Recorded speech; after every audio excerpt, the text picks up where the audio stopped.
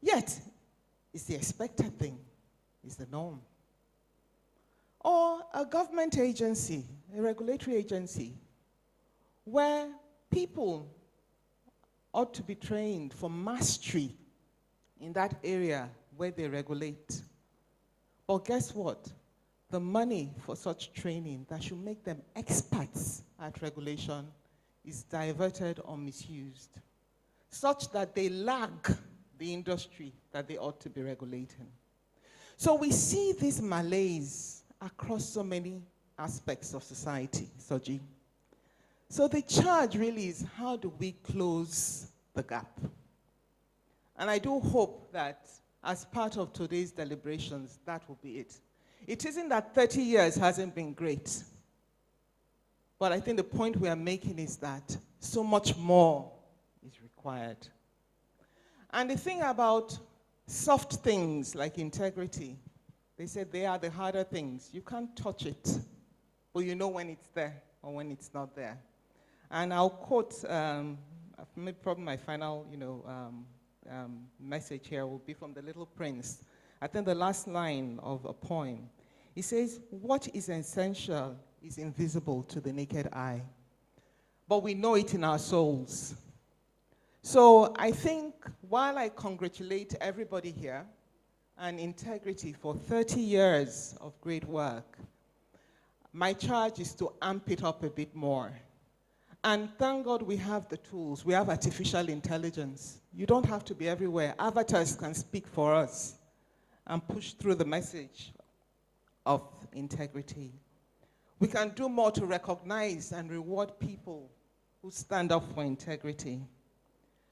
In other words, we need to be more creative. We need to go ahead of that curve. So thank you so very much for listening. Aliwa congratulates you, and we wish you a wonderful deliberation today. Thank you very much, Uwa.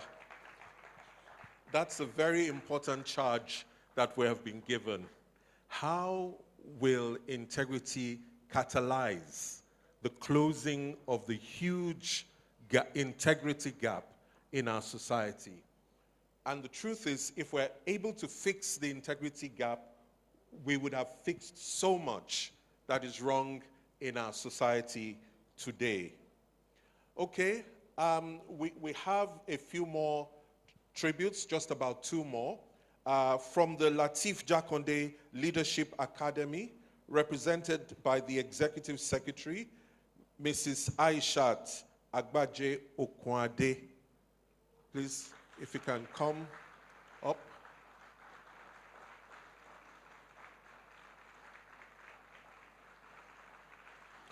Please keep clapping because it's a long way, it's a long walk here.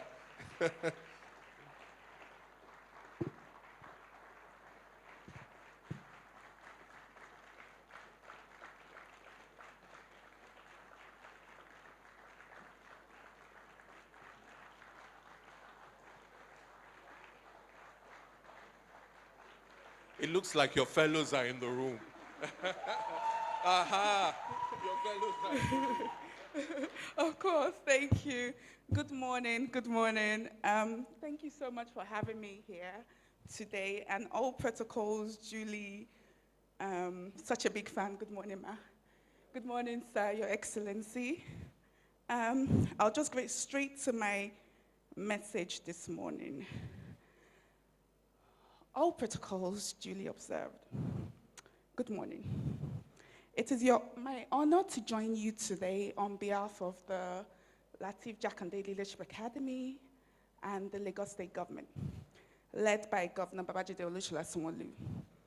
The Lateef Jakonde Leadership Academy is an institution born out of simple but urgent conviction that nations rise only when their young people rise, with intention, discipline, and values. At the Academy, we hold a firm belief, very firm belief actually, that leadership is not an appointment, it is far from it, as a matter of fact. It is a culture, so we're trying to build a culture. And cultures are built carefully and deliberately. They are very carefully built. And they are consistent, very consistent. So over the years, we have seen firsthand what happens when young people lead. We've seen what happens when young people are given opportunities and not just structures. And not just given opportunities, but also structures. Not just inspiration, but responsibility. Not just classrooms, but real-life problems to solve. So I'll share a brief story about our fellows. A few months ago, one of our fellows led a team task with schools. They could have ticked this box, simply ticked the box as their capstone project, and walked away. Instead, they chose courage. They mobilized donors, engaged with Ministry of Education and other parastatals, and worked tirelessly until in the public school in Ikeja, as they installed a digital learning board that is now helping the children who were previously invisible in the system visible. And that is what leadership looks like. When young people are trusted. Another team passionate about to restore lighting to Alausa's pedestrian bridge. Very popular bridge, by the way, used by mostly journalists. For months, the bridge remained dark, unsafe, and avoided. But that project, led entirely by young people, changed a small pocket of our society, of this Lagos, and reminded us that governance is not abstract. It is lived in everyday details that shape people's sense of dignity. These stories are not outliers. They are evidence, in fact, evidence that when young people are given up direction, mentorship, and clarity, they do not disappoint, they transform. It's proof, there's proof. But these outcomes also reflect our values at LGLA: service, excellence, courage, humility, a deep sense of public purpose.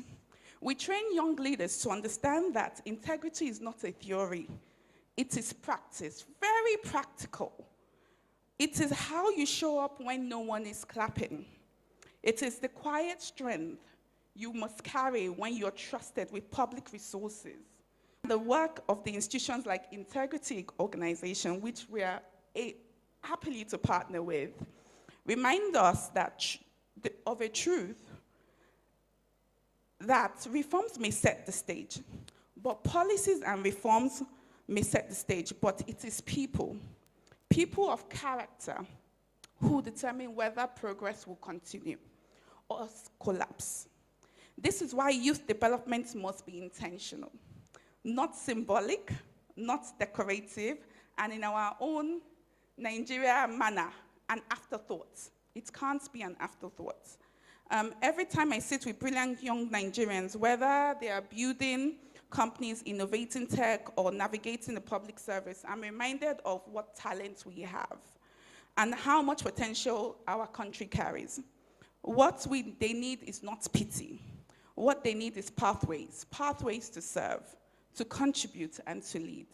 At LGLA, we are doing our own best to build that pathways from our various programs, from the fellowship program to our emerging program called LGLA Start and Scale to LGLA Impact Lab. We have Lagos Leadership Summit that convenes, young people, thousands and thousands of young people every year.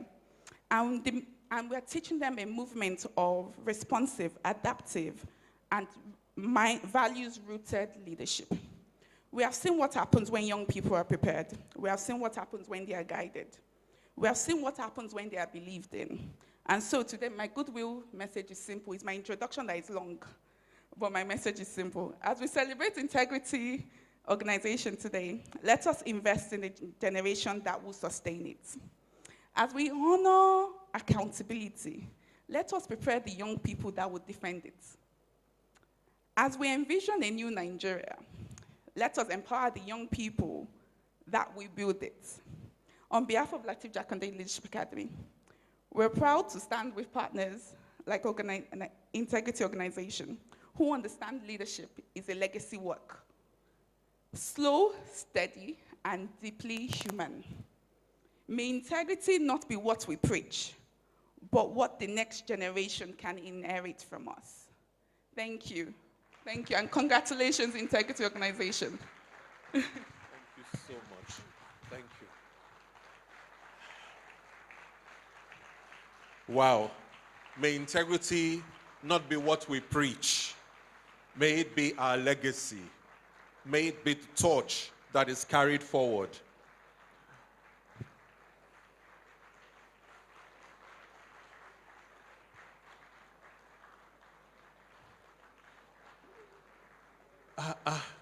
Lateef Jakonde Leadership Initiative. Ha! Okay, while they're still clapping for the executive secretary, we've got 3 more, pardon me, all the way from Abuja, because as you can see, we had to partner with those we've been working with and who are scale agents for youth.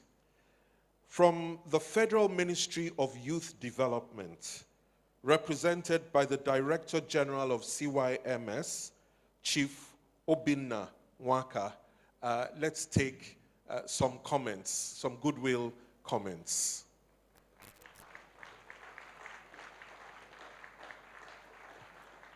Lateef Jakonde, it's not fair.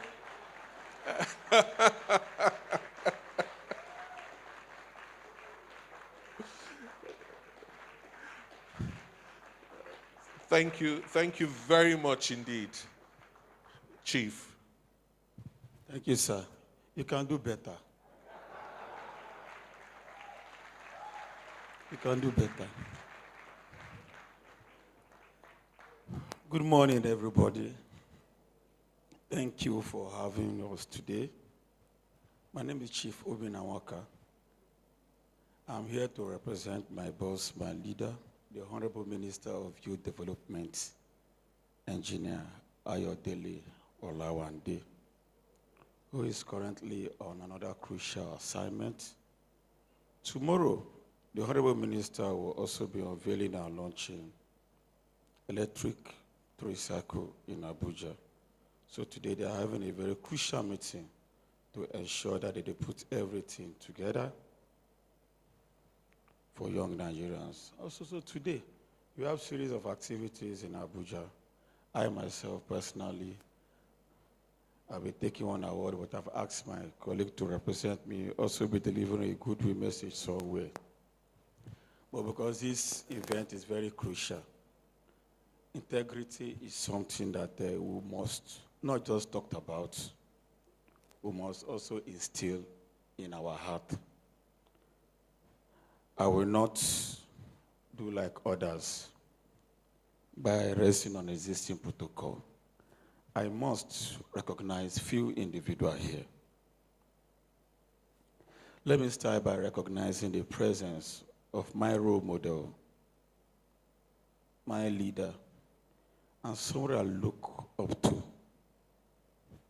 while he was a flag bearer, vice president of 2014. I used to watch him speak. I used to watch him appear on both radios and TV. I said, I would like to be like this man.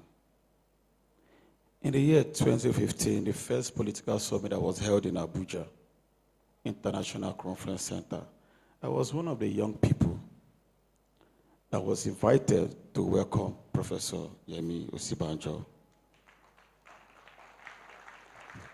in Abuja. I just showed him the picture. Then a few months ago, I was also with him in United Nations building in Abuja, where I also represented the Honorable Minister of Youth Development. When I received the directive from the Honorable Minister, I look at it, my father is coming.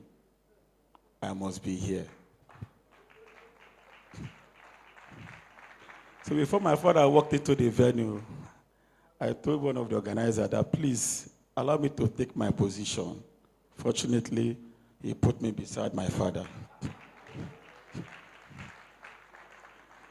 My leader and my from far, And everything that you see that we do today, especially people like me, I emulated it from him. I am not going to read much about the minister's address, but I want to be sincere with all of us that everything that we do today, we must remember that tomorrow must surely hold us accountable. And whatever we fail to attend today must surely also wait for us tomorrow. Honorable guests, distinguished speakers, esteemed partners, ladies and gentlemen, and our vibrant young Nigerians. Greatest Nigeria youth.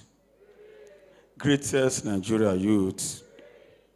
It is my profound honor to join you at this landmark celebration of the 30th anniversary of Integrity Organization. 3 decades of steadfast commitment of ethical value is no small feat. It is representing an enduring legacy, one built by courageous Nigerians who believe that our nation could be governed by integrity rather than impunity, by character rather by compromise. In 1995, a small group of visionary citizens dared to imagine a Nigeria where transparency, accountability, and ethical behavior will shape our institutions and our national identity. Today, as we gather here, we stand on the shoulders of those pioneers. Their determination continues to eliminate the path for a new generation, one that's eager, capable, and ready to reshape our nation. This year's National Integrity Week, theme, the Integrity Generation, Rising for a New Nigeria, could not be more timely. It speaks directly to the heart of our national transformation, and it reinforces a truth we must continue to uphold.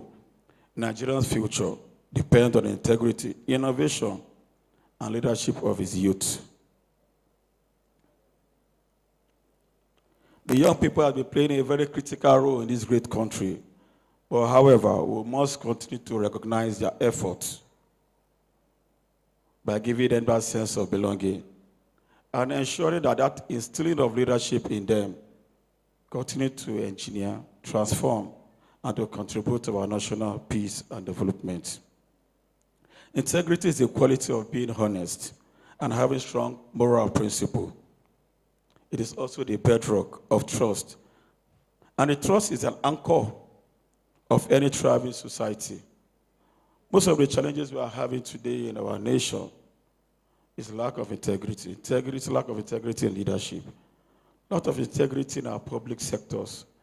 Lack of integrity in our families. Lack of integrity in our overall generation.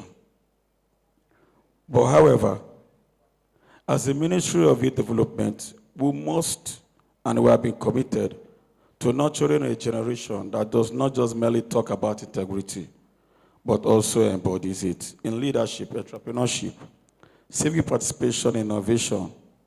Our young people must also know that they are not just the leaders of tomorrow. They are leaders now, shaping policies, driving industries, and transforming community. I am also committed in discharging many duties with integrity in providing opportunities and platforms to ensure youth development through various programs, initiatives, and activities such as NIA. What is NIA? Nigerian Youth Academy. This initiative is encouraging every young Nigerians, one person to acquire 2 skills so that we can reduce the high level of unemployment that we are passing through today. PICNG initiative, presidential initiative, compressed natural gas. During the past administration, we can all recall that the past administration made uses PMC. So it was an initiative of the past administration that the present administration is now leveraging on. That is why we have everywhere today CNG buses and blue vehicles. And the current administration is doing excellently well to ensure that the young Nigerians take advantage of it, because conversion of PMC vehicles into CNG cannot be done by the older generation, by the older ones. It is by the young people. And this initiative will bring a lot of job opportunity to us. We have the Youth Confab. Mr. President recently inaugurated 41 members the National Planning Committee of the Youth Conference, just to ensure that they come together to discuss about their well-being, governance, innovations, mechanized agriculture. And I'm happy to be one of those people. In fact, I'm the chairman of subcommittee contact and mobilization. And we're hoping that anytime soon, we are going to launch that program where 36,000 Nigerians are going to be brought together and discuss about their future. We have the Youth Data Protection and Awareness Training. Today, the government, the National Assembly have passed data protection bill, which seeks to do what? To address the issue of secrecy, which seeks to address the issue of cyberbullying and so on. So I want to implore young Nigerians that are also here to make several research about it so that tomorrow you will not be a victim of circumstances. We have the NYC reform. If you're a copper here, thank God for this current administration. This current administration, under the leadership of the Honorable Minister, encouraged Mr. President, and Mr. President approved the increased allowance of our youth corpers. Apart from that, they also health insurance scheme for them, and the young people are doing excellently well today. Today's conference offers us not just a unique opportunity, but a dialogue which we are going to have a civic trust, ethical leadership, and a future of governance that will help us shape the narrative of our great country. Integrity is very simple. Being honest. We must be honest with ourselves. Whether you're an entrepreneur, whether you're a student, whether the leader of your community or a traditional ruler, when you are not honest, that means you don't have integrity. When you don't have a strong moral principle, you don't have integrity. When you cannot be responsible for your action, you don't have integrity. I was just passing through Ojota, and I asked some of my friends, is this not Ojota, the dumping site? They said yes. That same dumping site, few years ago or many years ago, I was there working as a scavenger. I worked as a scavenger to write my JAMB, my first JAMB, and I secured 245 in my JAMB. I secured admission into University of Nigeria, where I studied economics. I was so honest with myself. I knew my parents were not well doing. I had to work. I had to pick a decent job so that today I'll be where my peers, my younger generation, my family, and my village will be very proud of. The integrity did not just stop there. Even when I secured admission, there were several challenges. I picked up a job as a security man in Fidelity Bank. I worked as a security man in Fidelity Bank from my second year to my final year. I combined by studying and working together.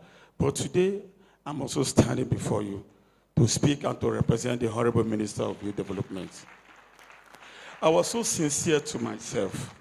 I knew there was a financial challenge.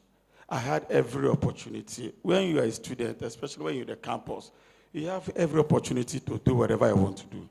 You can be a prostitute, you can be an armed robber, you can commit crime. But I was so honest to myself. Obina, don't go this way. Take this job and become a better person tomorrow. So when I was undergoing my master's University of Abuja, the day I dropped my pen, I celebrated with my classmates. They don't know why I was celebrating. They never knew secondary school was through hardship. University was through hardship. But as a master's student, I studied as a big boy. So I want to encourage every one of us here, whatever you do in life, let us have it at the back of our mind that the people are also looking up to us. And every action that we take today, there are so many people that want to emulate to. I just gave you an instance that right from since 2014, I've been following Professor Osinbajo. And everything you see that I do, as I speak, as I engage you through honest conversation, it is because I follow him. So we must choose who is our role model. If you choose a lover of cars, exotic cars, luxurious cars as your role model, If 20 million naira enters into your account today, you will buy a car of 19,800,000. Yes, that is just it. If you choose somebody who's so flamboyant, that cares about this material that you're looking up to, if 500,000 enters into your account today, you will go to the best boutique and buy a suit of 460,000 naira. We must learn to purge ourselves. If you don't purge yourself, you cannot combine integrity in your career. You cannot combine integrity in your leadership. And lack of integrity is why we now have high level of unemployment today. Lack of integrity is why we have out-of-school children today.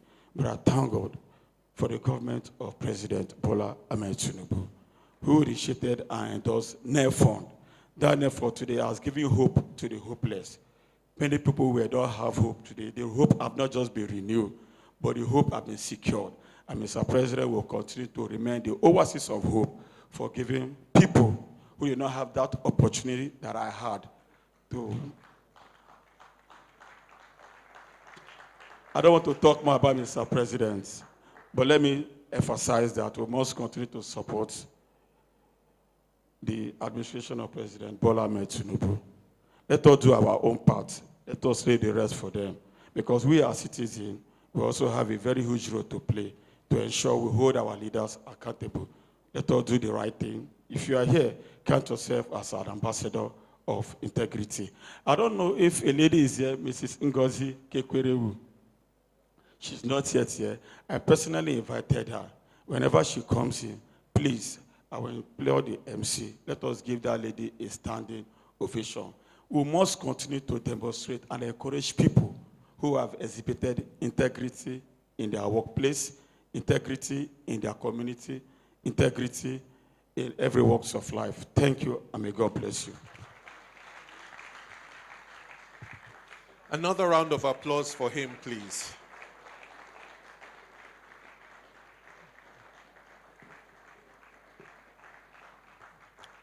Okay. So now I'm going to introduce a very important person. Before we proceed, please note that this conference is proudly delivered in partnership with the United Nations Office on Drugs and Crime. It is my honor to invite to the stage the country representative of the UNODC in Nigeria, Sheikh Toure Usman, to deliver the opening address. Please keep clapping. LJI.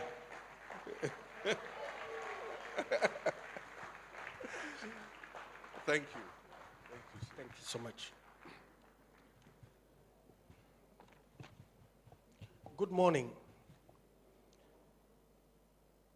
Asking permission from His Excellency Professor Yemi Osinbajo to stand on existing protocol. Good morning, Excellencies, Head of Agencies, partners, and friends of integrity. 30 years, 3 decades of stubborn, courageous, unrelenting work by the Convention on Business Integrity. 30 years of proving that doing business the right way is not naive. It is the smartest, toughest, most profitable choice a nation can make. So let me say it loud. Congratulations, you didn't just survive 30 years, you changed the game. Congratulations. And you didn't do it alone. The United Nations Office on Drugs and Crime has walked this road with you for a long time.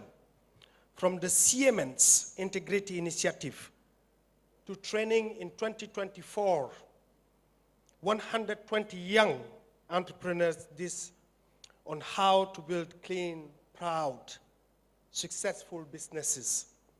And of course, and of course, Mr. Soji Apampa. Your engine, our friend, and one of the sharpest minds on this continent when it comes to integrity.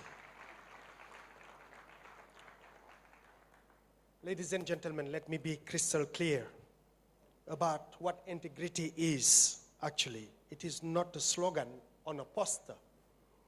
It is the decision a 24-year-old coder in Lagos makes at 2 a.m. when no one is watching, which is, will I build an app that serves millions, or will I write the next Yahoo script that destroys lives and empty banks' account? Integrity is the difference between creating wealth and stealing it, between building a nation and bleeding it dry. Integrity is not just moral.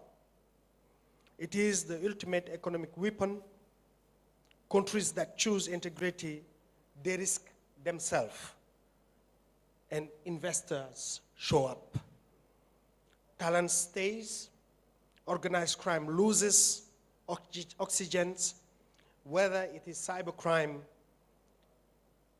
drug cartels, human trafficking, or environmental crime. When integrity becomes the default setting, doors open for honest entrepreneurs, and youth finally get the future they deserve. We see the same power of integrity in our peace-building work through the Strive Juvenile Project and the Youth Peace Champion Network. UNODC are raising a generation that refuses to let armed groups and criminal gangs recruit their little brothers and sisters. Two of those champions are in this room today, Aisha Alhaji Abba and Bashir Kiari Mohammed. And tomorrow, at the Art for Integrity Day, they and their peers will premiere 3 shorts film they created themselves. Films that scream one message: integrity heals community, breaks cycles of violence, and turns victims into leaders. And the timing could not be better. In exactly 2 weeks, on 9th of December, the world marks International Anti-Corruption Day and celebrates the United Nations Conventions Against Corruption, the treaty that declares war on the plague that undermines democracy, shreds human rights, distorts markets, and feeds every form of organized crime. UNODC is proud to be its guardian and prouder still to stand with Nigerian partners like you who live it every single day. So the Convention on Business Integrity, thank you for 30 years of extraordinary years.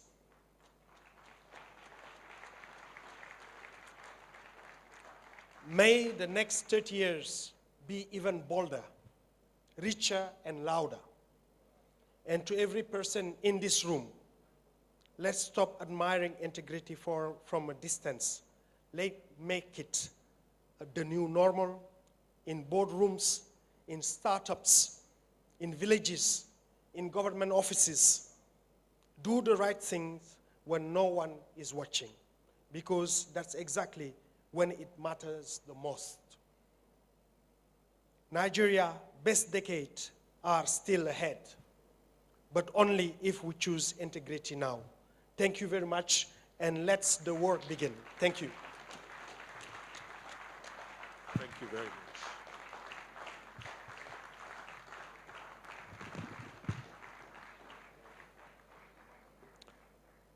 Thank you very much, Sheikh.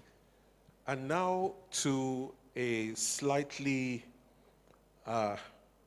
more somber flavor as I invite our chair, Mrs. Ibukun Awoshika, to give a tribute to the late Dr.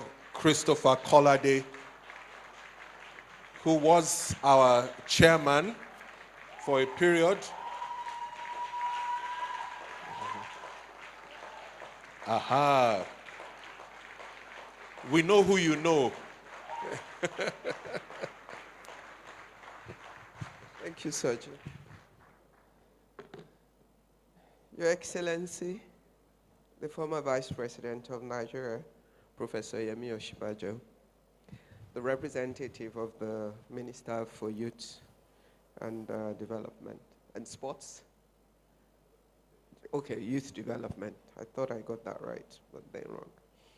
Anyhow, all our guests, the Mayor of Islington, all our guests from across the divide, my colleagues on the board of Integrity, CBI,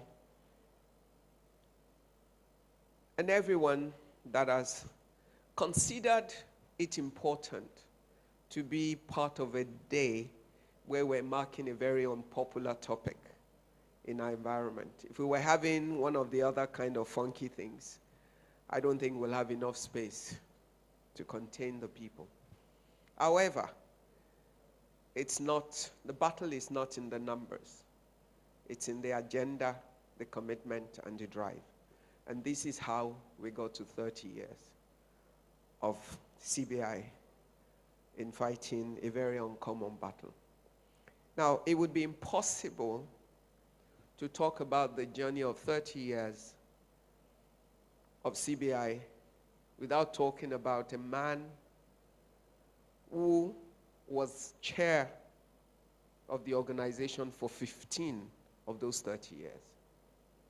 That literally tells you just the critical nature of his role and his commitment. Ambassador Dr. Christopher Kolade, a man of immense honor, integrity, greatness, sincerity, character, commitment, diligence, a man who, though he died at 93 just so many weeks ago in October, and we buried him on the 28th of October, he had lived a life across multiple careers, from journalism to corporate Nigeria, as a former chief executive of Cadbury Nigeria and a former chairman of Cadbury Nigeria. Having served, he was my governance teacher at the Lagos Business School. Many of us who went through the chief executive program at the Lagos Business School, there's not a single one of us that he didn't teach. I've been on the board of Cadbury for the last 12 years, so I've had the privilege and the honor to walk the path of the corridors where he lived and worked and continued to add value to the last moment of his life. I also had the privilege of having him. I had two gentlemen who were critical to my entire corporate governance work. When I was starting in corporate governance work in corporate Nigeria, I wanted mentors I could look up to and trust their character, their ways. I wanted the examples that I wanted to build my journey upon their ways and their values. And I chose two amazing men who to the end of their days lived true to the values that they held. Chief Oluwakinkugbe and Dr. Christopher Kolade. Dr. Kolade was that man who looked out for you even when you didn't think that anyone was looking out for you. I remember one day as the chair of First Bank, he was looking for me and I thought maybe he wanted me to do something for him. You know, I eventually found him and he said, come and see me. So I went to see him at home, made me sit down, asked his wife, what do you want? Give Ibukun everything she wants. I had a tray of tea and everything set. And you'd have thought, like many people when they're looking for you, there's something they're looking for you for. After he had settled me down, he then went on to say, okay, so tell me, how is the journey going? where are the tough points? Where are the challenges? What are the issues? What do you need us to look into? And we spent the next 2 hours. I will never forget that particular day, talking about the work I was doing as the chair of First Bank, the trouble spots, the challenges, the great points. And I left totally encouraged, strengthened, and given the license to walk the audacious nature that is required if you are someone who is trying to walk on the path of integrity. This was a man whose light shone the light for many to follow.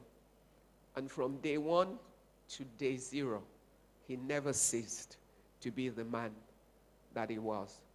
I know many young Nigerians haven't seen enough examples that makes them understand what is truly the right thing to build after. And therefore, there are many people who think the wrong ways are right ways because it's generally permissible. But these were men who lived their lives every day trying to make sure that generations. He spent the last few years of his life spending time with young people. He used to go to schools to sit with young people and just chat for hours, answer questions. Why? He was trying to invest in building the minds and the thinking of a whole new generation. There are a lot of recordings of them which we hope will be released so that we can relearn from them. And books that have been written that will be released of his life, his story, that I hope you will seek to. So I'd like to encourage all of us, if you don't mind, if you can stand up with me for 1 minute, and let's honor a man who served Nigeria with billions, millions of minutes. If we multiply 93 years by 365, and then multiply by 24 hours by 60 minutes, and try and get the number. Somebody can do the maths if you care. But at every point, he gave us value. And those are the examples that we must seek to follow, because they give us the strength and the courage to be honorable people no matter what we see.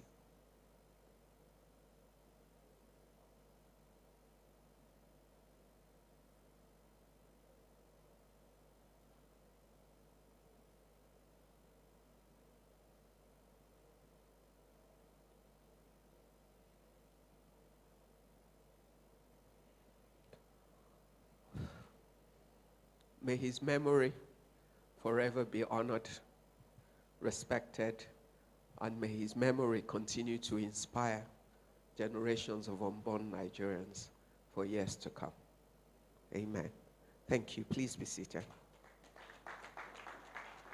It's my pleasure, Soji, it's my pleasure at this point to invite another great Nigerian who, by the way, took over from Dr. Kolade when he finished his tenure as the chairman of CBI, but who invested time, resources, and everything to make sure that we could move forward with the same values, and who we proudly can say took those values which he believed in, invested time, and sought to help to establish as a culture in our nation, took it to the higher office and gave us a lot of hope that indeed, when good men get into places, change is inevitable. And it's the reason why we must continue to nurture minds, because somewhere along the line, the opportunities will come and we will change our country. Please join me as I invite the former Vice President of the Federal Republic of Nigeria, His Excellency, Professor Yemi Osinbajo, as he makes his remarks.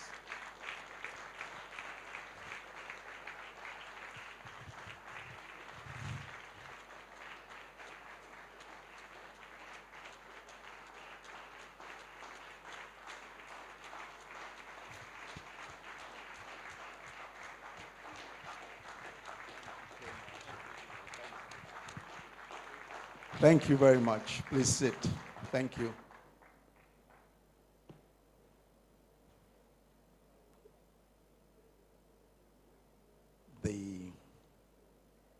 representative of the Honorable Minister of Youth Development, who is here.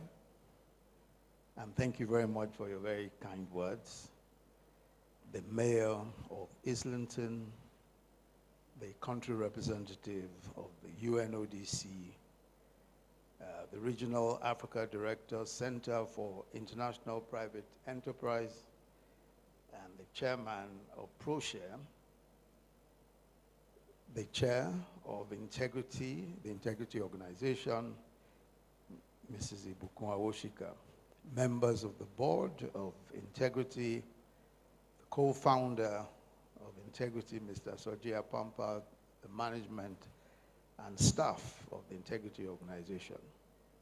Let me say that it really is a pleasure to join you all today in celebrating 30 remarkable years of the Integrity Organization and the Convention on Business Integrity, CBI. Soji Apampa and I co-founded Integrity in 1995, private and public sector. Continually damaged our economy, ability to render even the most basic services to people.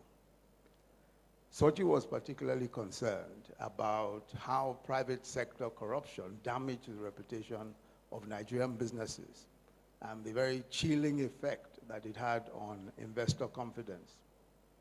We initially considered joining Transparency International at the time.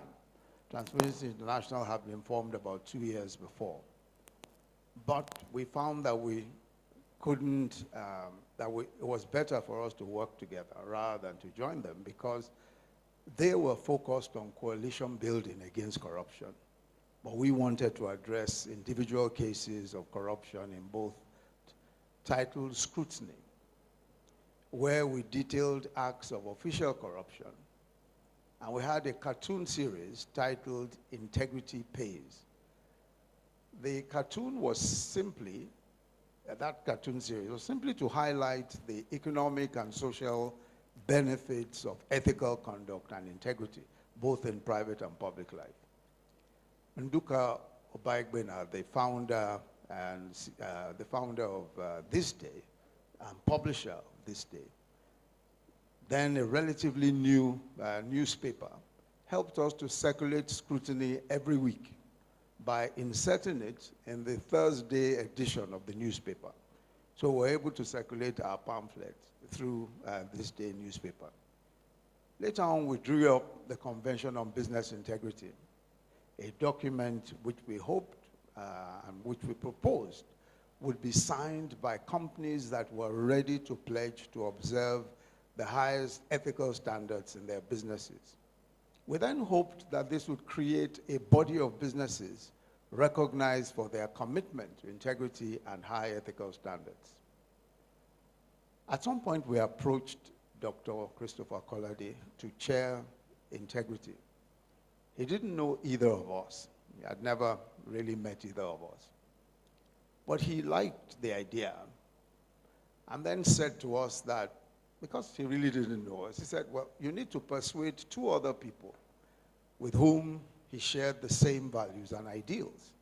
And those 2 people were Mr. Akintola Williams, now of blessed memory, the doyen of the accounting profession in Nigeria, and Mr. Michael Omolayole, the respected business, he was very well respected in business management and in governance, corporate governance, and generally in corporate Nigeria.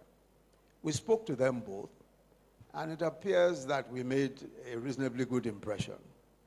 Dr. Collady then agreed to chair the organization, and both Mr. Akintola Williams and Mr. Omolayole continued in their roles as mentors. We're grateful, extremely grateful, for Dr. Collady's exceptional and courageous leadership of the organization for 15 years, as our chairman has pointed out, our chairperson has pointed out.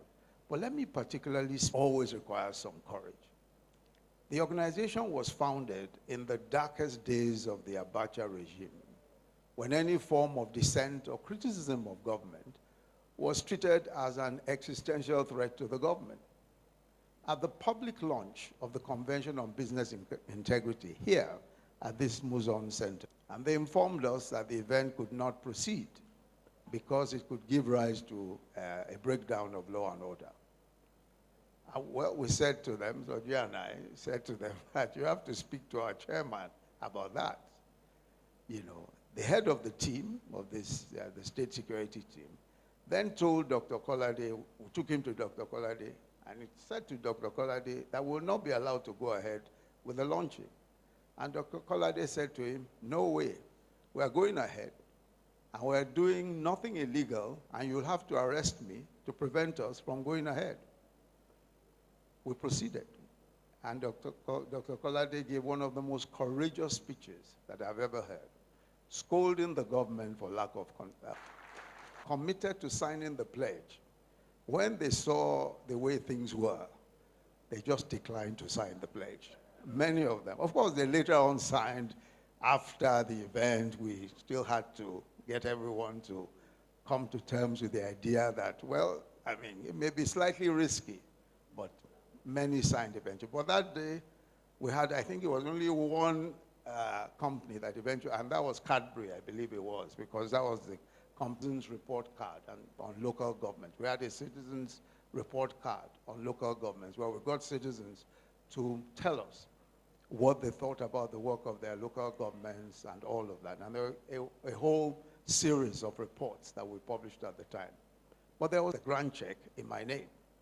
So we could very easily have run away with the money, and Soji and I would have built homes, I think, probably in Ikoyi or somewhere. But anyway, I think that we eventually justified their trust. Office at 34 McCarthy. Look at either myself or Soji would have to go there to the headquarters of the SSS. But this Billy Oshadikwe looked like a professor.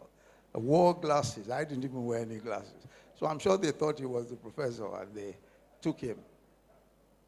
So I was there for the entire day, I think till close to midnight or something. I was warned to go back to the university. Anyway, Billy and I were freed that day. 30 years have gone by, and the story of integrity continues. Commendable work has been done by the Convention on Business Integrity, and I'm sure we'll hear even more about that. But the fight against corruption seems to be still a huge struggle. Persist. Yet Nigerian excellence is rewriting our global story.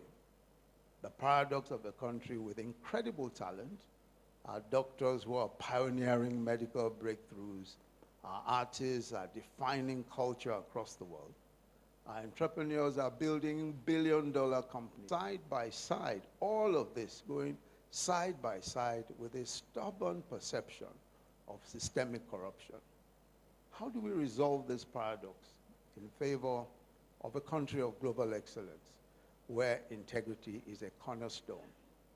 Sometimes it seems it is not. Many countries have dealt with systemic corruption and won. Level as a nation may well depend on how we deal with corruption. It was Lee Kuan Yew, the celebrated Prime Minister of Singapore, who so aptly said that corruption is like the HIV virus. Once you contract it, it weakens the immune system. Every part of the body is compromised. Even a simple cold can kill. And this is what corruption means. The HIV of corruption weakens everything, from law enforcement to justice to procurement of any kind, and even the maintenance of the territorial integrity of Nigeria by the armed forces. Over the years, I've learned a few things about the fight against corruption. The first is that you need the full, unwavering commitment of the political leadership, beginning from the very top, at every level, president, governor, local government, and of course, ministers. But you must have the full and total commitment of the executive, and of course, all the other leaders, Senate President, etc., that they want to see in public and private life. In other words, the leaders themselves must be persons who want to display in their vision for what success in its anti-corruption program, in what ways the courts must deal with cases of corruption. The sixth is that reducing the discretion of bureaucrats, especially with technology, is one of the most effective ways of preventing corruption.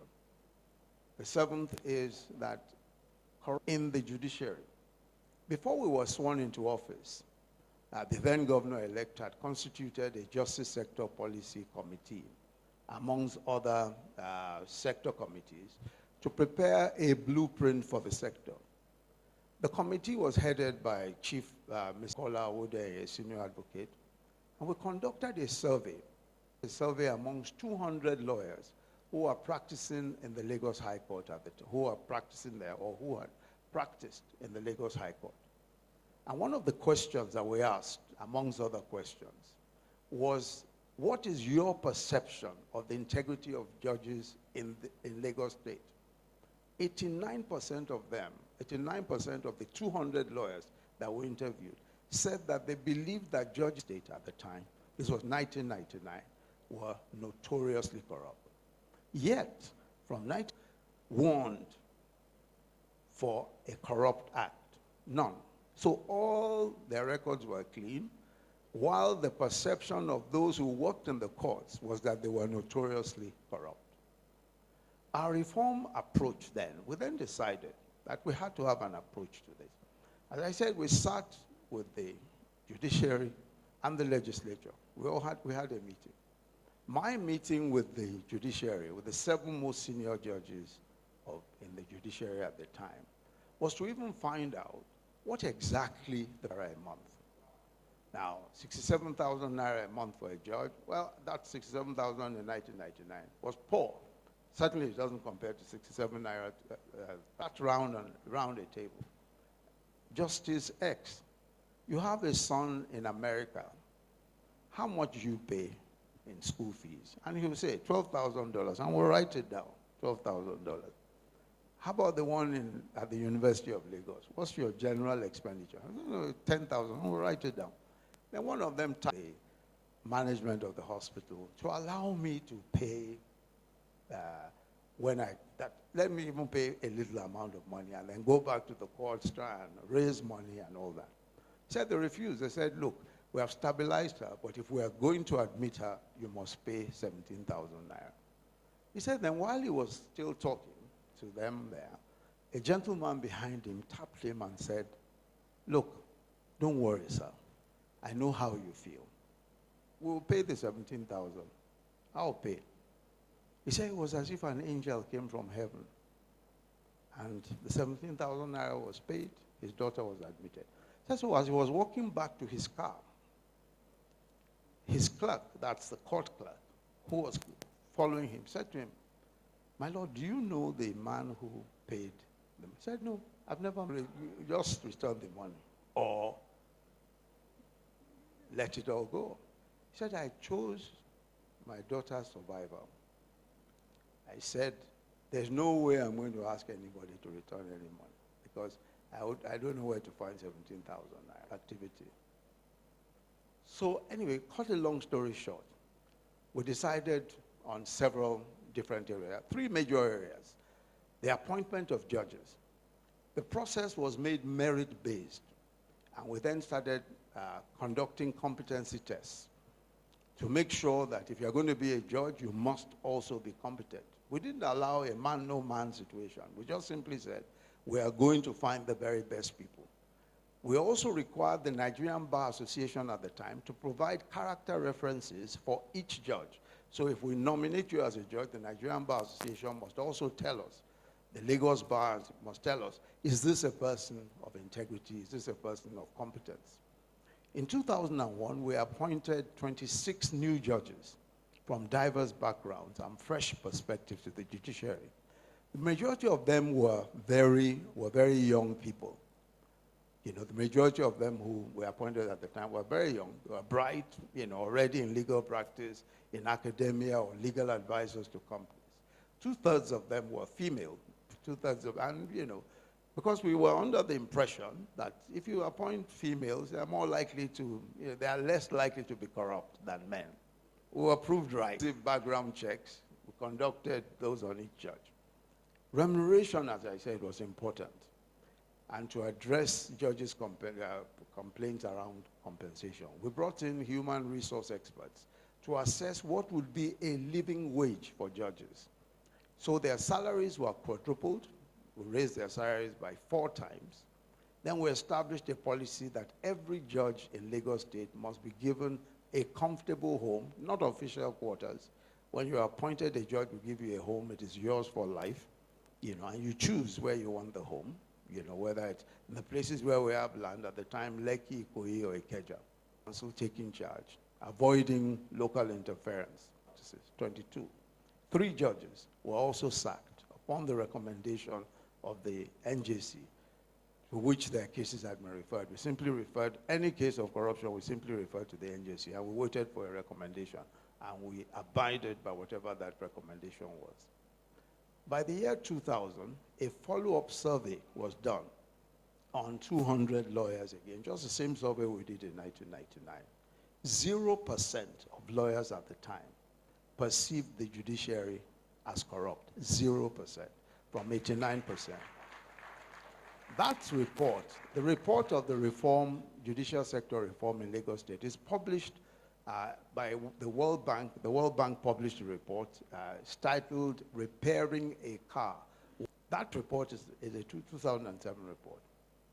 I think that the important thing and the important element of that is that we can reform the public sector, but it takes political will. It takes political will. Without political will, even the judiciary cannot really reform itself.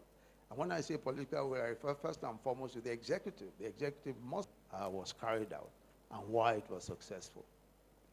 Soji and I started integrity in our 30s. I was 38 at the time, and Soji was much younger. I believe that we could be that generation that would be the end of corruption in our nation. We really strongly held that view. But evidently, that is not the case. But the dream is still alive and perhaps even burns brighter today than when the date when the organization was founded. And that paradox of a great country with a stubborn perception of corruption is not merely a contradiction and reality, the reality of what is possible. And I believe that it is entirely possible. But much remains to be done. There's a lot that we must do. But the past 30 years have proved something important, that the work of integrity is not futile. It is foundational and catalytic. There must be innovation, creativity around building anti-corruption systems for the private and public sectors.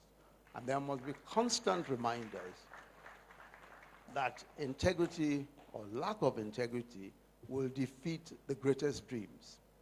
So as we mark this 30-year milestone, I believe it's time to reaffirm a simple but powerful truth, that our country's destiny and the destinies of many of us and the businesses that we're on cannot be divorced from integrity. Our prosperity, our global standing, our security, our national cohesion all hinge on integrity. 30 years ago, integrity began as a bold idea by 2 young idealistic guys. Today, it stands as a testament to what perseverance, what conviction and courage can achieve. For the next 30 years will depend on all of us, our choices, our leadership, and our willingness to insist on a Nigeria where integrity is not the exception, but the norm. That work continues, and I believe the dream endures, and together we can build that Nigeria that our talent, our promise, and our future deserve. Thank you very much. Your Excellency, we'd like to take a quick photo with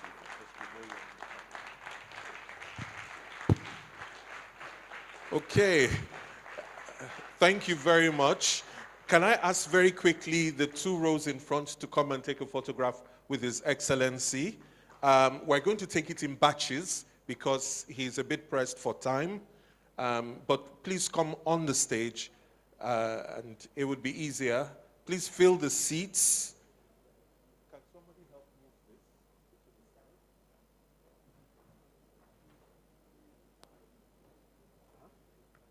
Yeah, if you were to sit, I think people would then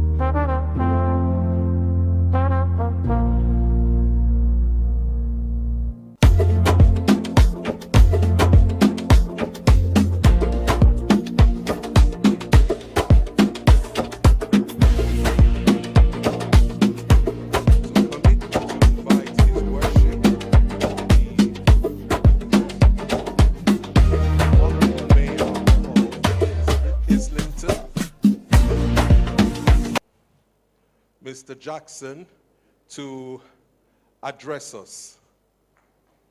A round of applause, please. Thank you so much.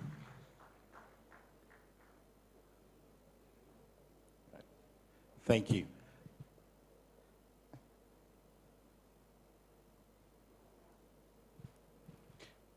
Firstly, I want to acknowledge the amazing speaker before me that just left the room, but I believe his words were very profounding.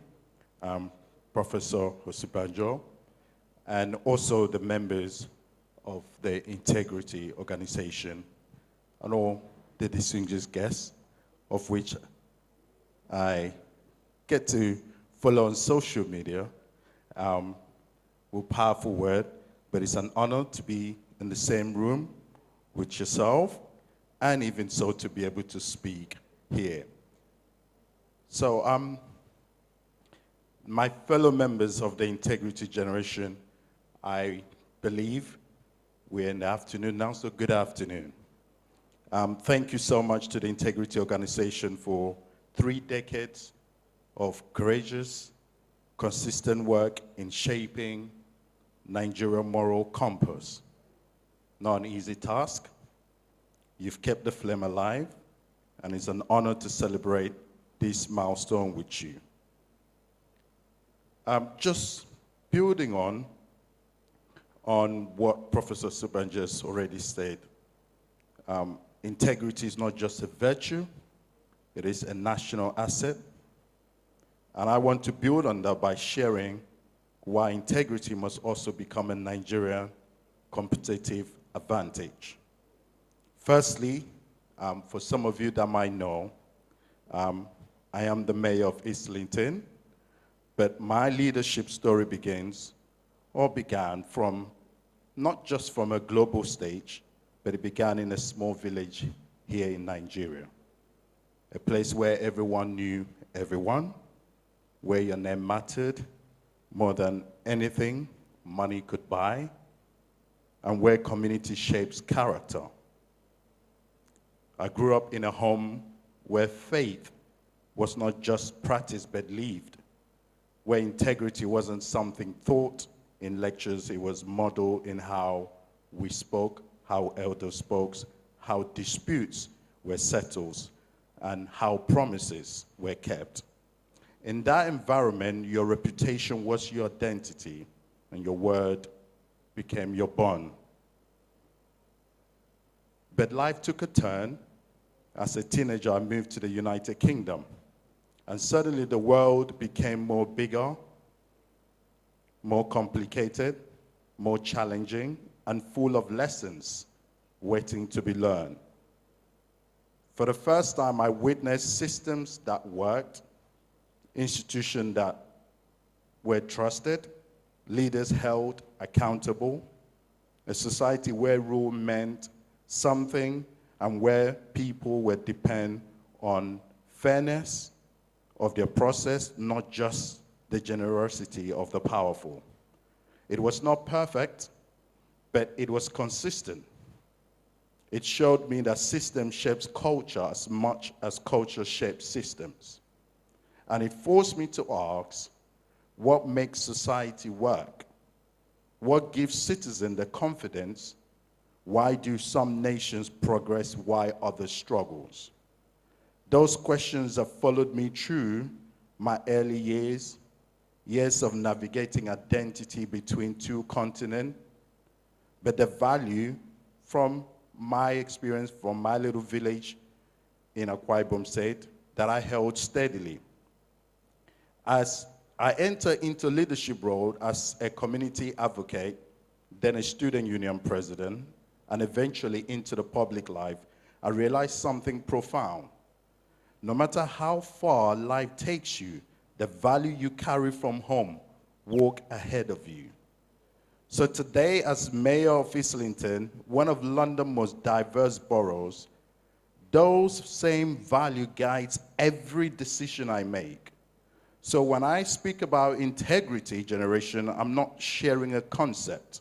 I'm sharing what has carried me across the oceans, across systems, and across seasons of leadership. Let me now share what integrity means to me. First, it means recognizing that integrity is not a slogan. In fact, I do believe it's a strategy. Trust is productivity. Trust is security. Trust is development. When trust rises, the society would rise. And second, it means rejecting the lie that corruption is the Nigerian way. There is nothing cultural about corruption. It survived because the systems allows it, not because Nigeria prefers it. Third, it means allowing our ambition with character. Nigeria will rise not only on the strength of its people, but on the strength of its values. But reputation alone is not enough. So the real question becomes, how do we move from excellence in image to excellence in character? Nigeria is already a global cultural and creative powerhouse. Our creative economy is projected to reach over $50 billion in dollars, depending on your currency of interest.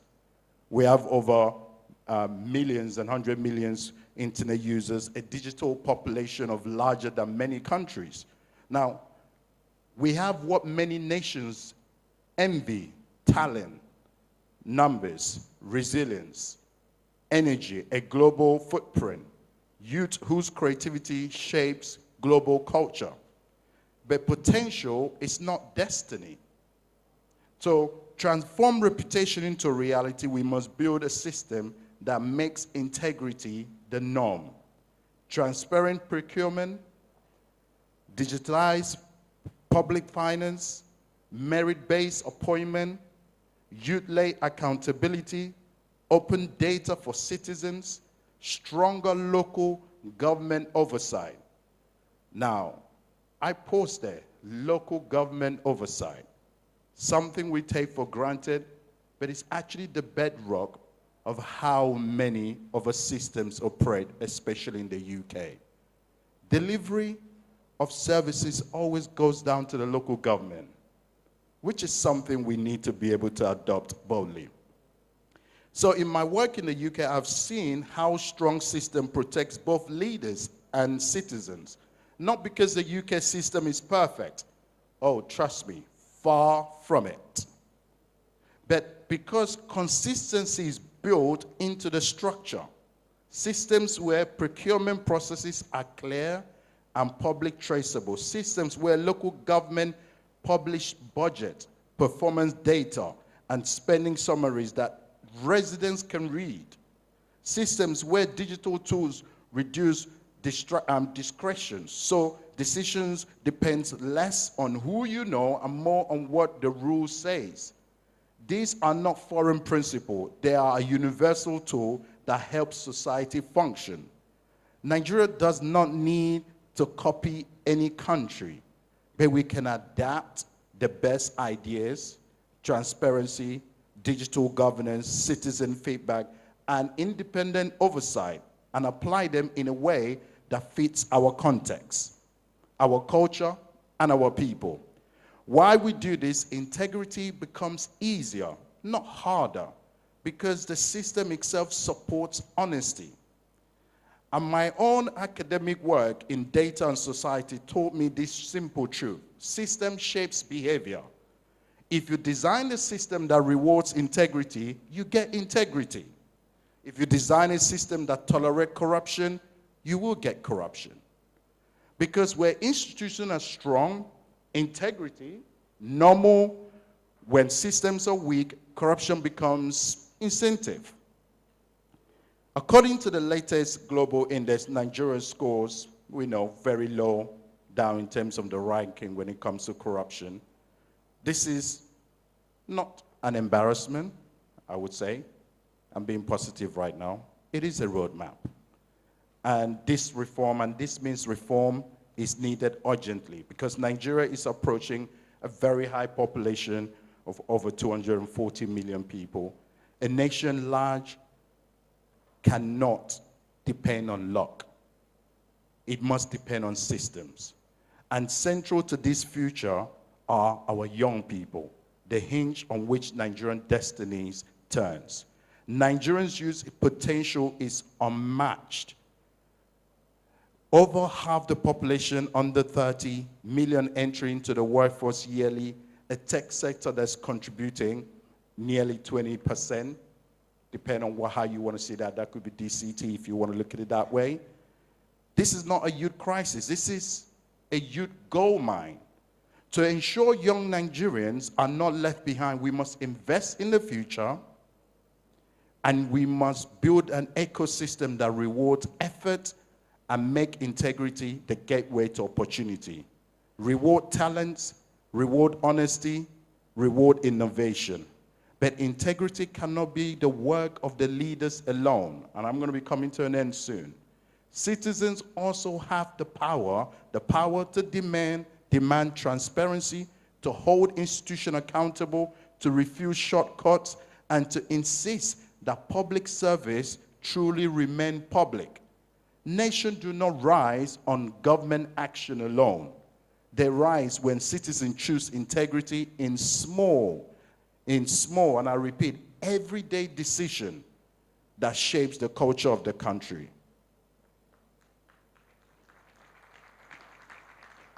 Every Nigerian has a role, not as a spectator, but as a partner in building a nation worth of his people. Rebuilding Nigeria requires more than just good intention.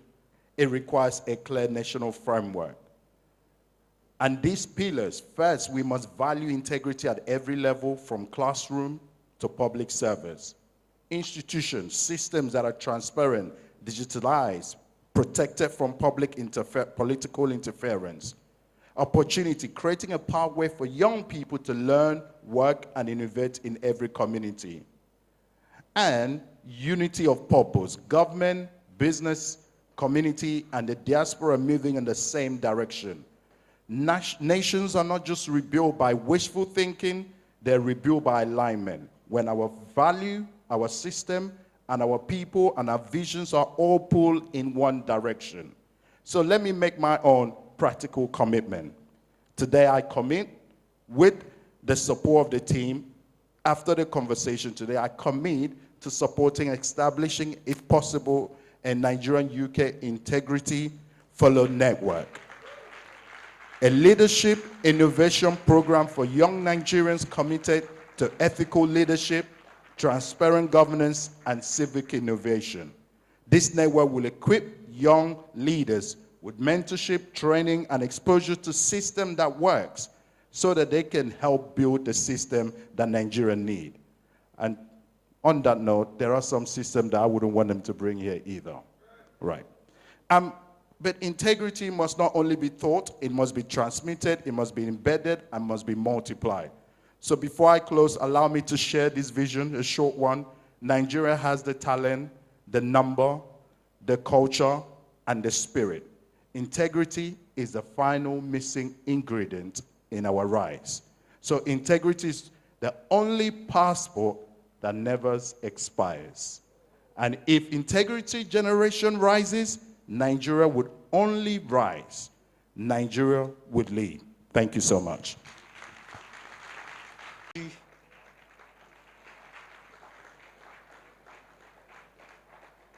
Mr. Kayode Okikiolu. Mr. Kayode Okikiolu.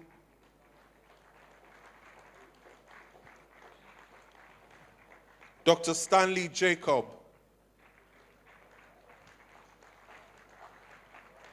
Dr. Samuel Abiola Jacobs. Last but not the least, Mr. Femi Awoyemi. Yes.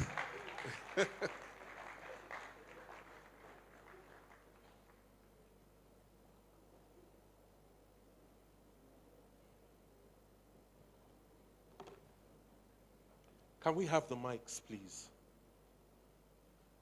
Can you distribute them? Quick. One at the end here, one in the middle, and one at the other end.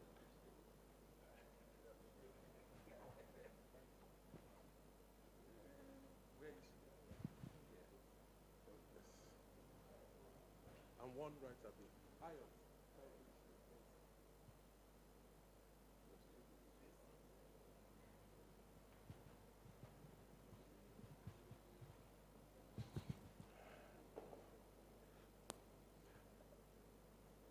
Thank you very much, distinguished panelists. The first thing is that His Worship, the Mayor of Islington, has thrown down the gauntlet. He has put a challenge before us and said that if we're looking for a partner in the UK, we can look to his borough and we can get the support. But how does that translate into the integrity generation rising? How do we take that up? How do we use it? What can we do? Let me start from my chair.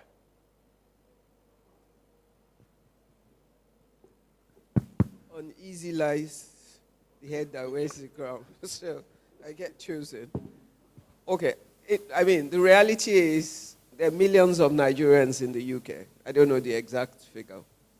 And as a community, there's inductive effect in terms of our values. They comply with the laws in the UK, but the same people might not necessarily comply with the laws when they get back to Nigeria. But the fact that they have the power of influence, okay, if they build a community of voice and of purpose, and can match the context of who we are to the community where they live and the values they learn from where they live, and are able to communicate that as a group back home. Because every single Nigerian that lives in the UK has a community in Nigeria. And if we maintain a consistent voice of reason and we're able to defend what is right, we will impact and influence the next generation of people, one way or the other.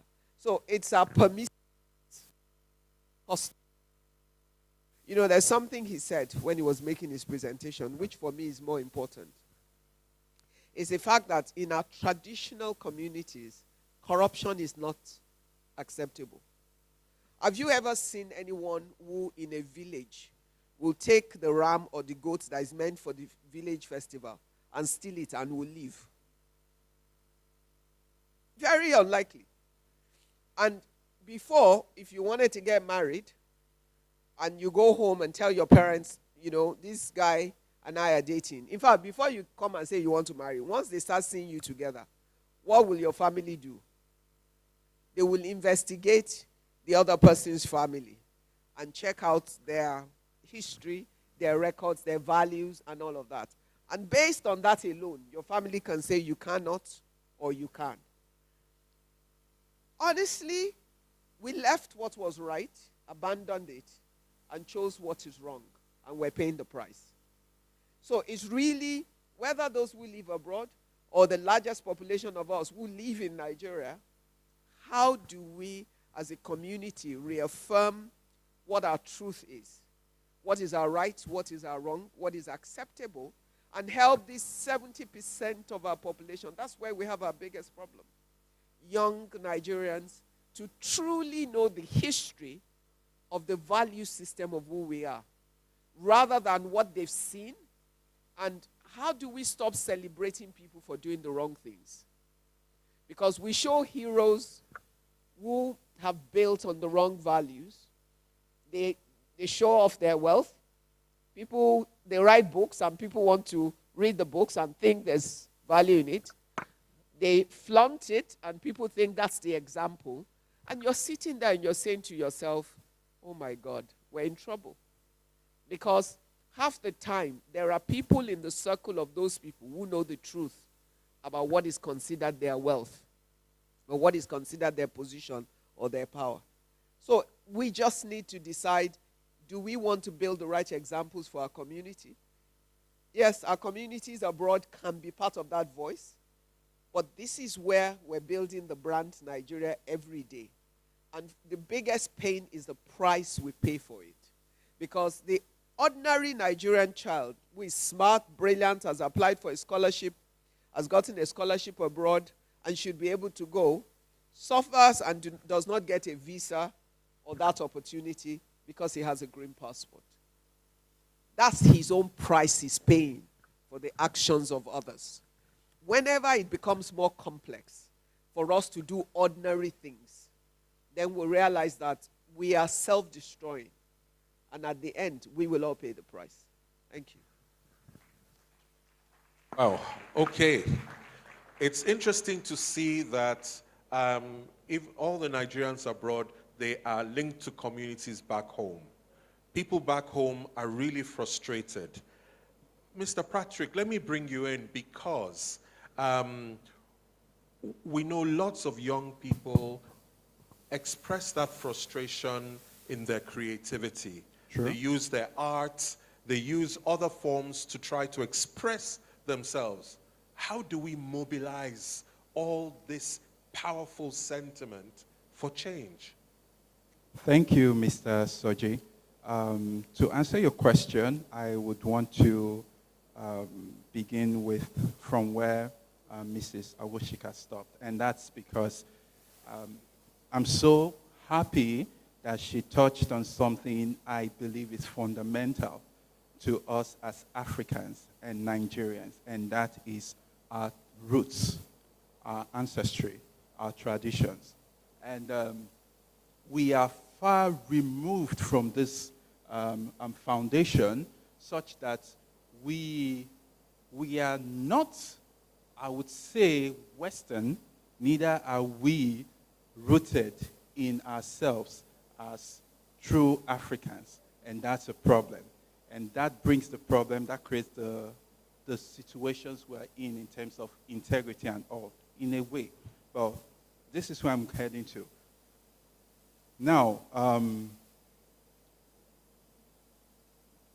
art is not basically for entertainment. I want to make that clear. I'm a cultural curator, and through my work, I am reconnecting back with my indigeneity. I'm an Igbo man. Unfortunately, I grew up in a family where my parents prided learning English language, and so I can speak my language, you know? And I have a 5-year-old son, and it hurts me that he is not connected to his indigenous roots because his father is disconnected as well. Now, this is a problem that many of us young Nigerians are experiencing, this amnesia, this loss of ancestral memory. And it shows up even in our character, okay? There's a difference between reputation, status, and character. So we are now looking or aspiring for statusship. And statusship is assumed to be the finality of what character is, as opposed to the other way around. Begin with character and build up into statusship. This is shown in our indigenous ethical framework like Omoluabi, okay, or Ezigbo Madu, where you say, this person is a person of character and so deserves to be in this position. Now, to answer your question, the creative space, the arts, the culture, the cultural sector, these should be vehicles to re-indigenize us or to bring us back to these roots. Again, not as entertainment. Now, it's very painful, it's very sad to see how that the Nollywood, and I'm not saying this to castigate these sectors, the Nollywood, entertainment as Afrobeats, praise certain things that are superficial. Okay, for Afrobeats, we see more of money, fame, as being praised as the ideal that we should aim for. When we look at the roots of where Afrobeat started, whom we all know, Fela, what message? You know, each time I listen to his music, the depth of his message, it's about integrity again and again. But that isn't it anymore. So again, through the arts, the creative work, it should be about restoring ancestral memory, restoring indigenous ethical framework. Okay. Thank you very much. I think I'll call next on Dr. Stanley Jacob. Why? Because his work is all about innovation. So how do we square the two, going from innovation to... Do we have Mr. Jacob with us? Oh, okay. Then we'll move to you, Mr. Femi Awoyemi. Yes, because how then do we square innovation with going back to our roots and finding something to embrace as young people? How? And please, for the audience, we're coming to you next. Shortly, we're going to take some questions from the audience and interact with you.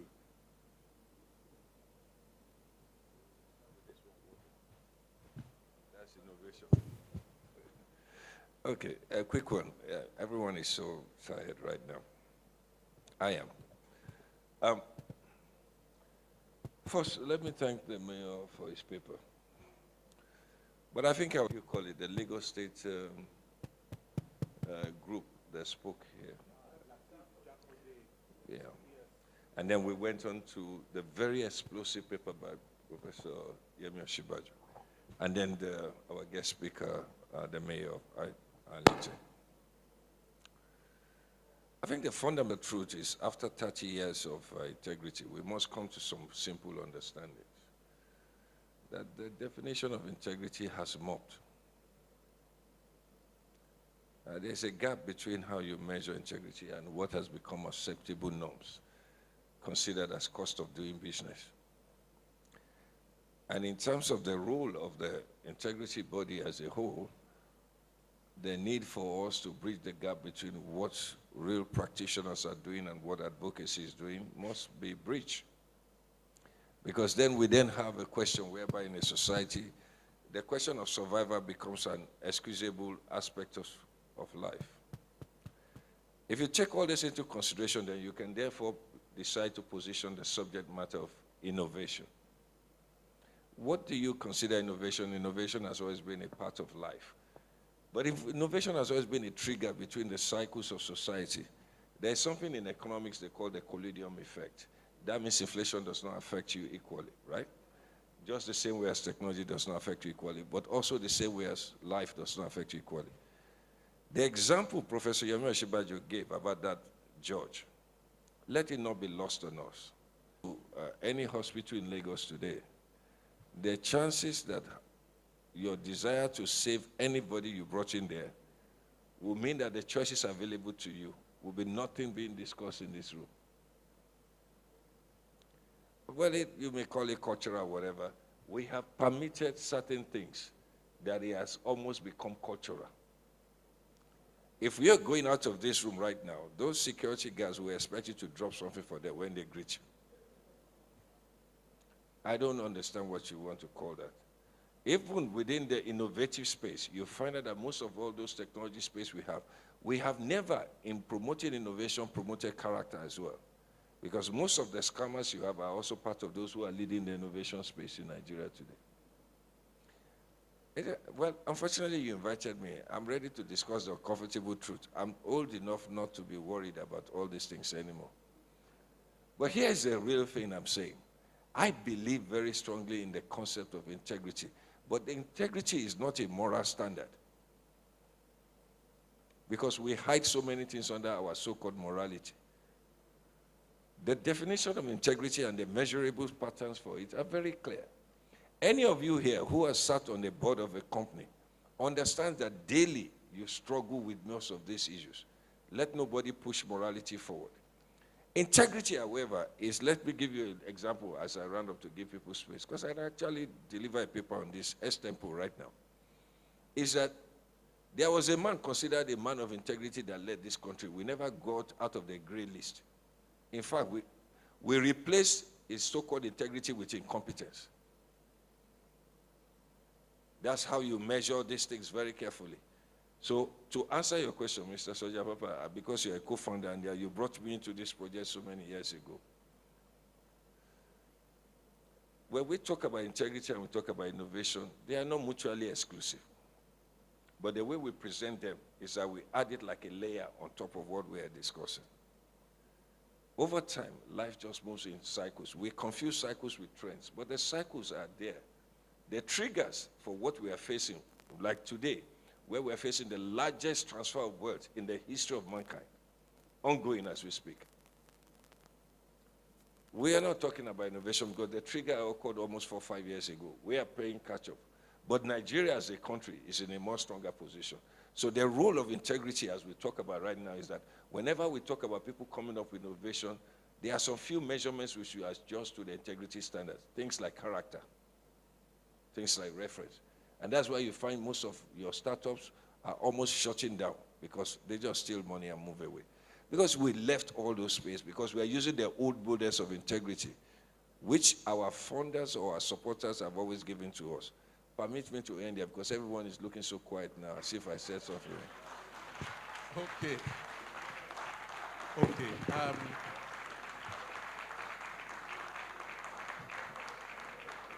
Thank you. I see that you have a fan club in the Latif Jakonde.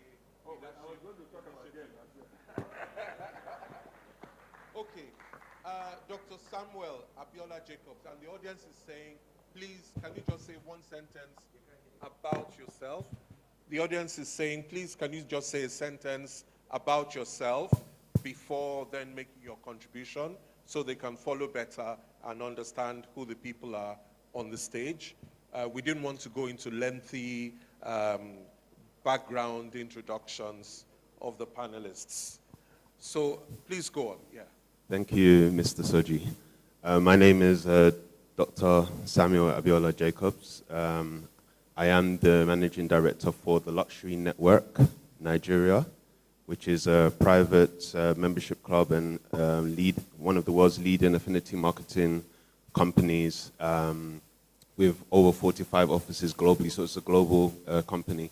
Actually, I wear quite a few hats, but I know that when you invited me, it was under the Luxury Network, but I feel like perhaps that's what I'll do. I'm also an ambassador for world peace for United Nations, PEPALEC as well, where we are promoting peace and positive living, all right? And of course, inside of that, we have the tenets of integrity in there as well, which is very important to be able to be a representative of such a prestigious organization. I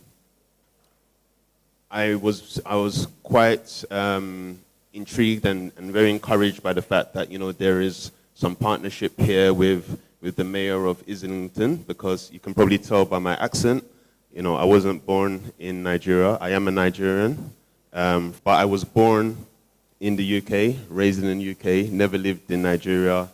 I can actually relate to some of the things my brother here was saying about, you know, not having the language, and I have 2 children as well, 14 years having any encounter with Nigeria, and I made a decision that I wanted to be a good citizen of the Federal Republic of Nigeria, you know, and contribute to that as well, and also be a voice. So my background actually, I'm also a humanitarian.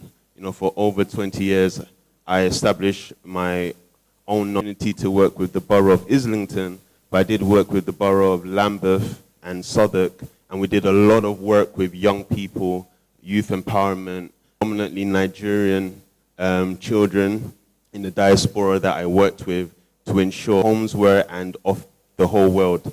And through that, we've been able to raise what I call, we've had a lot of success stories through the mediums of which the mayor also introduced and encouraged, through the mediums of mentorship, through the mediums of training programs. You know, we did that like over 20 years ago, and we've seen the results of that. Till today, we have a lot of those youths that we put through our group mentoring programs who are now ambassadors of Nigeria, not just in the diaspora, but many have actually returned back to Nigeria to continue the work that they started in the UK. Okay, sir, can I challenge? We're talking about the integrity generation rising for a new Nigeria, and we're seeing that the people, like the ones you're talking about, on their own, they are changing their outlook. How do we get many, many more of them? What do we need to do? One of the speakers earlier, thank you for that question, spoke about raising an army, that we can't just be doing anything in isolation. I can't remember, one of the lady speakers, was it? Okay. But, you know, the term army was used early, and I believe that's going to happen when, especially the youths, right, are able to engage and able to buy into this whole narrative of integrity. Another thing that was said today is, you know, integrity is not just a moral ideal. In fact, integrity today is what I believe gives us competitive advantage in the marketplace, in society, in the community, because there's not so many people that you can point to, right, that are actually uplifting these values. So how do we do it? Number one, we have to keep telling the stories through the mediums of the media. You know, we've got a lot of prominent people here that are doing their own part, but we need to promote more of these stories of people that actually, and businesses that are actually, and government agencies that are actually showing and exercising, illustrating integrity in different forms.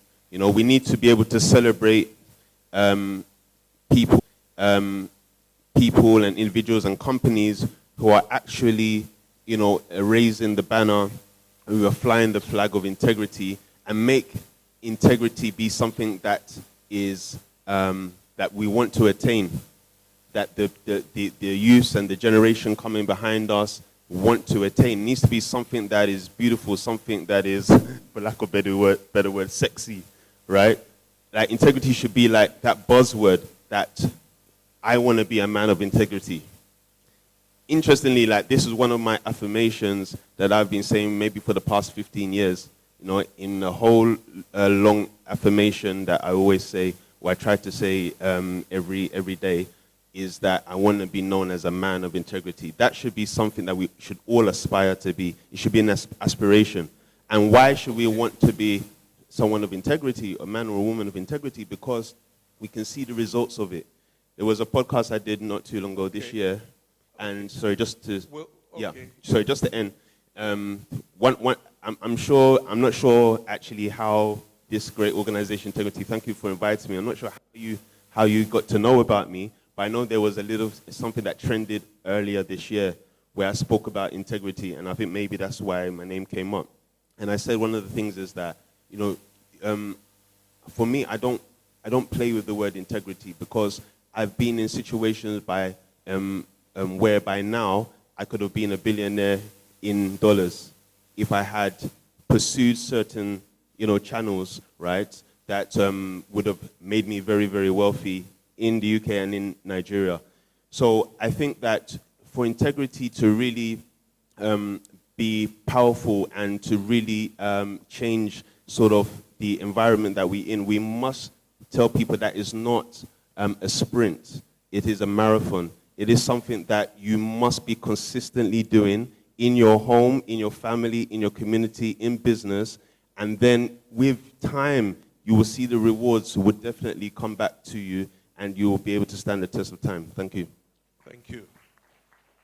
Chief Waka, they always tell youth, wait your turn, be patient. And we're learning now that integrity requires patience, and it's going to take time.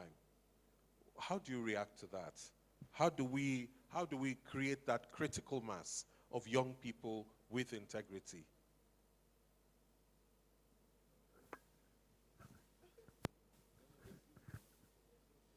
Okay. Thank you very much, sir, for that question. But before I answer the question, let me first and foremost take us back to innovation and integrity, and how also young people have been contributing to that aspect. Young people over the years have been underutilized, especially in this country. One, if you look at other countries in the world that are developed, countries like Bangladesh, China, and co, they utilize the strength of young people to develop those nations. And according to the International Labour Organization, where our own country tried to emulate their policies, 777 policy of public works, it did not work because of lack of integrity among the leaders. We were given that responsibility to implement that policy of 774 public work. That aside, now innovation and integrity had also contributed to the global recognition that we all are enjoying today. The Grammy Award just nominated Davido. The song that he remixed with Bright Chimezie. Can I remember that song? Please, any Jay-Z here to, please. That song, please, help me with that song. Do I have a DJ here? That song that they nominate, that Davido song nominated for Grammy Award. Okay. With you, thank you. If you look at that song has to do with what? Innovation. Also what? Integrity. Innovation in the sense that he copied some part from Bright Chimezie. Then integrity in the sense that he also gave Bright Chimezie credit. When that song was nominated a few weeks ago, Bright Chimezie danced and celebrated that milestone. Then last year, another young person, a female, Thames. Is it Thames that sang this song? Love me, Jeje, love me. Is it Thames? Love me, Jeje, love me, tender. Thames was born 2 years when that song was released by Shego Shogomi or something like that. The first man that sang that, the original owner of the song. Yes. Now, that song did not win Grammy many years ago. The song won a Grammy last year. Thames remixed that song. She added her own innovation. The song gave us a Grammy. She gave Shegu Shogomi, the original owner of that song, a credit. That credit is what? Integrity, honest. She did not just completely steal the idea or anything. So it's for you to know that young people, they are doing well in areas A round of applause for the young people. Yes. in areas of innovation and what? Integrity. And let me now answer your question. But before I answer your question, I think let me encourage our two brothers here. I almost lost my ancestral home, my ancestral connection. But we can still go back to our roots. Because as time goes on, we can apply traditional means of curbing corruption. Yes, just like our board chairman mentioned, there are some things you can do in the city you can get away with. There are some things you cannot do at your home that you cannot get away with. Before I was given a traditional title holder, I embarked on a serious project in my hometown. I sponsored rural electrification project, a money that some of my mates is spending buying Mercedes-Benz. I said, no, this particular part of my own aspect, my community, they lack power supply. Let me encourage it. I called my uncle. I don't want people to know. I just want to do it in low key. Please supervise it with the power holdings. Let them just embark on that project. Lo and behold, somebody said it was my nephew or my cousin, my uncle's son, who is into Yahoo. That was ringing. It was ringing all over the community. That some person was the one sponsoring such projects. It was until when they called my attention, I said, no, I am the one sponsoring this project.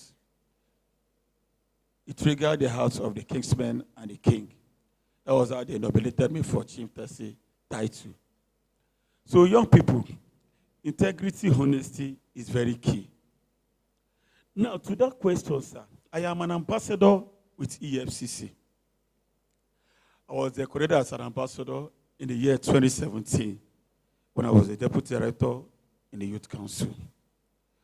Why? Because of passion to ensure that we eradicate corruption in our society. But if we are all not involved in this process, corruption cannot be brought to its knees when especially the young people are not participating to ensure that we curb this menace. Yeah. Now, the tomorrow we are talking about, the tomorrow is for leaders. No, the young people, how can we get and take the mantle of leadership? I mentioned that Mr. President inaugurated 40-man committee, 44-man committee for us to talk about leadership. We need to do what? We need to get involved. We will get there tomorrow, but how can we get there tomorrow? It is when we make the integrity our watchword. 2, let us not be in a hurry. The reason why you see so many of our young people today, they are embarking on irregular migration. They are involved in many meanings that I cannot even mention. So many syndromes that have eaten into the fabric of our society today. It's because of peer group. They are always in a hurry. Competition. There's no need for us to be involving ourselves in an unhealthy competition. I just mentioned a few parts of my life story. Yes. And I want young people to also celebrate that. I live and I work in Abuja. I have assisted a lot of politicians to win election. You know something they always tell me? They tell people, you will see so many young people today that are involved. Just Yeah, round up. They are involved in so many things or the other because of what? Peer group, because of pressure from many of their friends. Avoid pressure. Be consistent. And be what? Look up to God. Because your own future is quite different from their own future. All fingers are not equal. Your destiny is different from other people's destiny. And the only way you can get there, it is when you live a responsible life and make integrity your watchword. Because if you fail to live a responsible life, the failure of becoming a responsible citizen in society will cut up with you tomorrow, and nobody will come out to be responsible for your failure. Thank you. Thank you. Mr. Okikiolu, I wonder if you can try to bring these strands together for us. What are you hearing? What does it seem like we can do in order to encourage this integrity generation to emerge? Ooh, that's really tough, but I'll try my best. Good afternoon, everyone. I'm honored to be here. Thank you so much for inviting me. Well, I work in an industry that will challenge your integrity every blessed day. Every blessed day is one challenge or the other. I mean, our job is quite simple. We're meant to uphold a society built on trust and truth as well by disseminating facts and fact alone. We're also meant to hold the powerful to account. You know, people like Chief, we're meant to hold them to account. The politicians, those in government as well, we're meant to hold them to account. Our work also involves ensuring that we steer the conversation aright. So we set the agenda. When people are talking about a certain thing and we see that this is not really helping national development, we're meant to set the agenda right. We're also meant to fight corruption, fight insecurity, fight all of the ills in the society with our pen, with our microphone, and our cameras. That's quite tough, right? But I'll tell you my story. I started journalism about 15 years ago, or thereabouts. I'm quite young, okay, just in case you're wondering, I'm still very young. And I remember going for assignments then, and I would see my colleagues, journalists, come for the assignments dressed in the most unflattering manner. They clutch their bags, they're wearing sandals and some very old jacket. And after the event, they would huddle in one corner and, you know, they will hand them envelopes for either lunch or transport. And it didn't look good to me. It felt very demeaning. I mean, these are people that are meant to hold the powerful to account, the politicians to account. And this is the kind of life they're living. So if someone gives them a fat brown envelope, come on, they will take it gladly, right? Because they have children, they have, you know, families to take care of.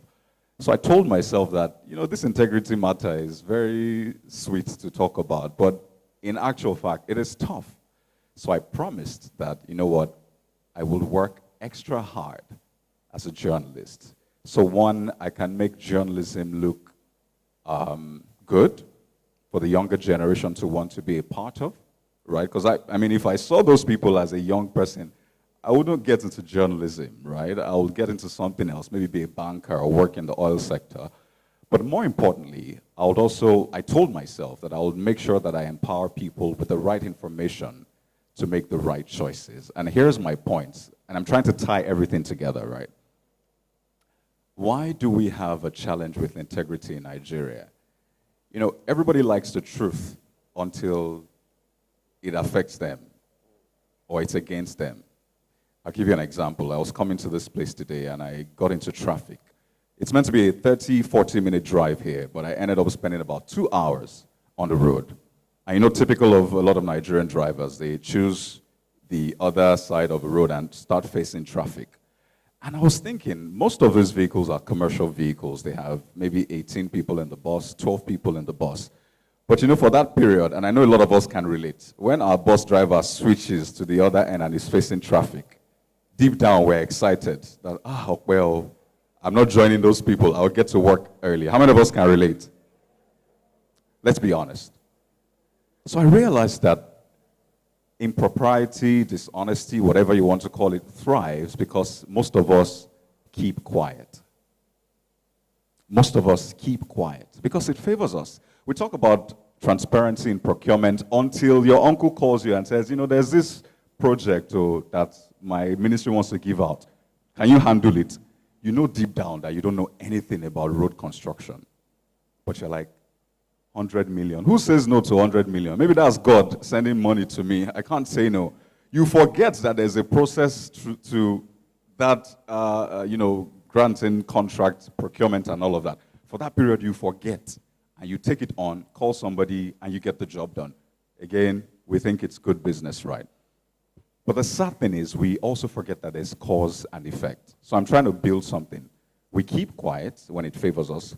We also forget cause and effect. So for those people facing traffic, now what happened was the other end of the road was now blocked as well. And that's what usually happens. So your decision as a person, which of course added up to other people following you, then ended up affecting thousands of people. Cause and effect. So one, if you don't remember anything today as young people, I can tell you that there is a power in speaking up.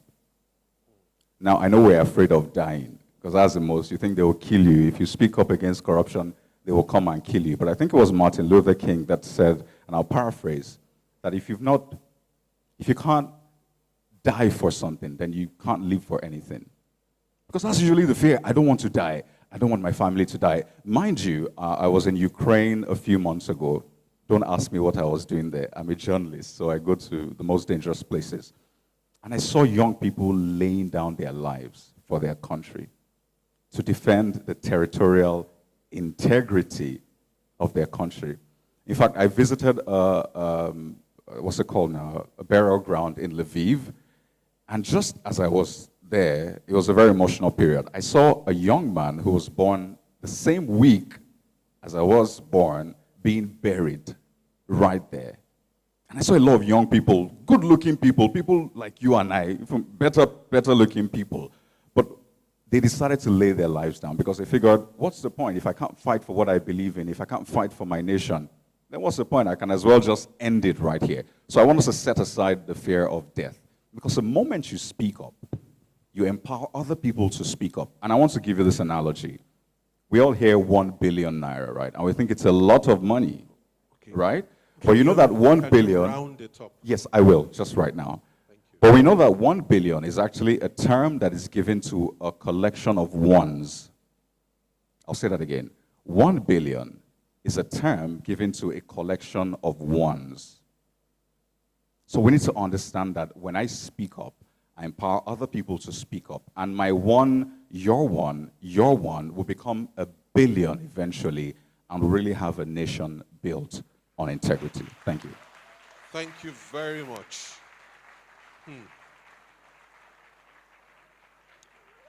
So I don't envy you, Mrs. Maji, because now you have the task of telling us, really, how are we going to prepare this 1 billion?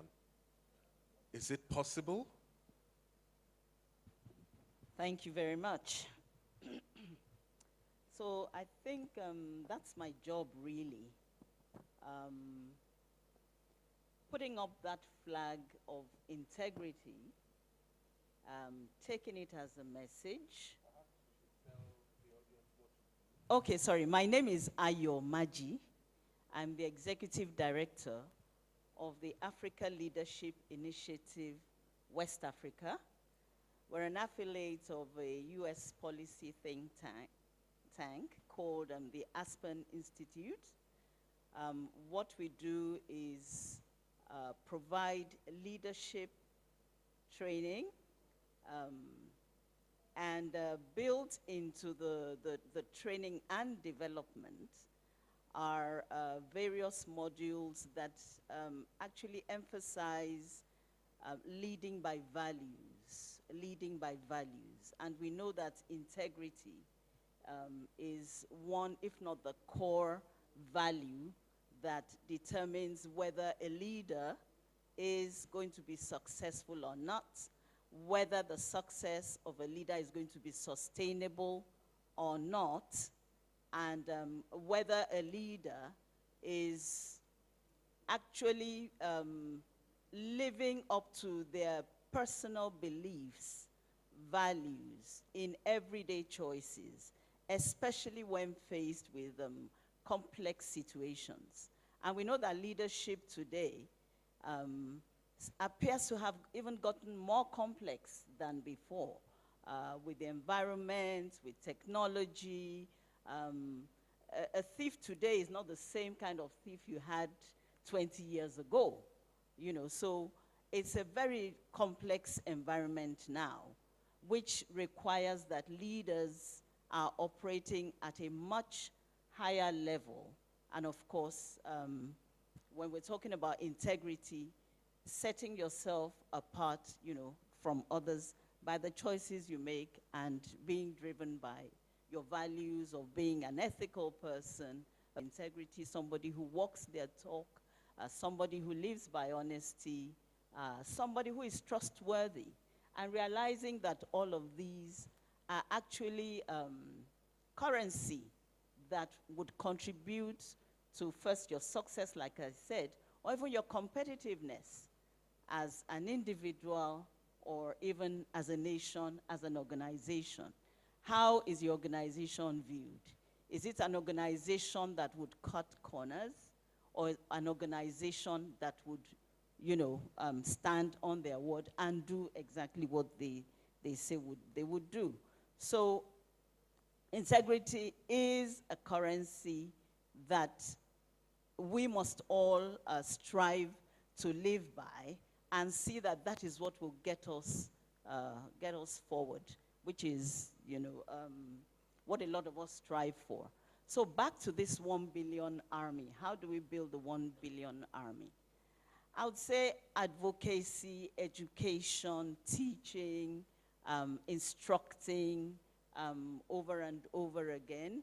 And what we've done in the organization I work for is we've built these frameworks that allow individuals as potential leaders to take decisions that will stand the test of time, decisions that are based on integrity, decisions that ensure that at the end speaks for him, and we're able to listen to him when he speaks for him, and we're able to listen to him when he speaks. Not many so-called leaders, you know, can stand the test of time, because they have certainly not led by test of time, because they have certainly not led by integrity and all of that. So again, on the 1 billion question, education, instruction, sharing those frameworks, institutionalizing as much as possible systems that make it difficult for human intervention, that make it difficult for human intervention, because we know that left to the human, you want to cut corners. Left to the human, you want to do things that would benefit you, and go against laid down procedures, transparency, and all of that. So institutionalizing as much as possible, going back to our institutions of learning, building modules even into education, such that from a young age, all these values, are taught to people. Creating networks that, people can continue to tap into. When you're in a network of peers of like mind that live by integrity, then you're encouraged. You're afraid to be one that will stand out, or one that will come out on the pages of newspaper or the newspaper as having done X, Y, Z, because you belong to a community where you all speak the same language and you're all encouraging each other along this journey. Thank you very much. We're going to end this panel session, but before doing so, permit me, I'm going to come back to the mayor, and I'm going to come back to Mrs. Awoshika, because I can't shake off this feeling that corruption persists. That's what I'm taking away, because we all feel it might still work for us. So we keep silent, we do nothing, and we still secretly think that, why should I change it? Mr. Oyemi is big today. who knows if that's the path he took? I can be big too, so let me keep it. So, well, maybe the mayor, please, if you will go first, and we'll have. And since Mr. Awuyemi has protested my mentioning his name, okay, you want, okay. We'll just end it. Yep. Firstly, it is good to be here and kind of hear the different viewpoint. And it sounds to me everyone is all aiming at the same thing. And we're all coming from different angle of either lived experience and trying to tackle it. What is quite real is we're tired of corruption. And genuinely, I think all Nigerians are tired. But there's something I want to put in the room. If millennials or, Gen Zs, there is another group coming. And the question the point I want to put in the room is, how are they going to react to it? Because I do genuinely believe that tackling Nigerian corruption issue needed a little bit of time. Some of it we inherited. Some of it was some external forces that came in to kind of just want to breed in the divide and conquer. You are more powerful. Corruption has become something that is being used to suppress people. You made a very good example where there are other people that want they want to make it fast and quick. Nobody wants to stay focused and be diligent and just trust the process of their own timing. And the point I'm making here is, I think our generation, the young people that I can see in the room, the one I can talk to, they've almost had enough. And we might have to just use the tool that is available to us to really expose how deep some of these are. You're sitting, my colleague there, the reporter. Every single person in this room now is a reporter. We all have the tools, but maybe we're generally just scared of using the tool that is in our hand.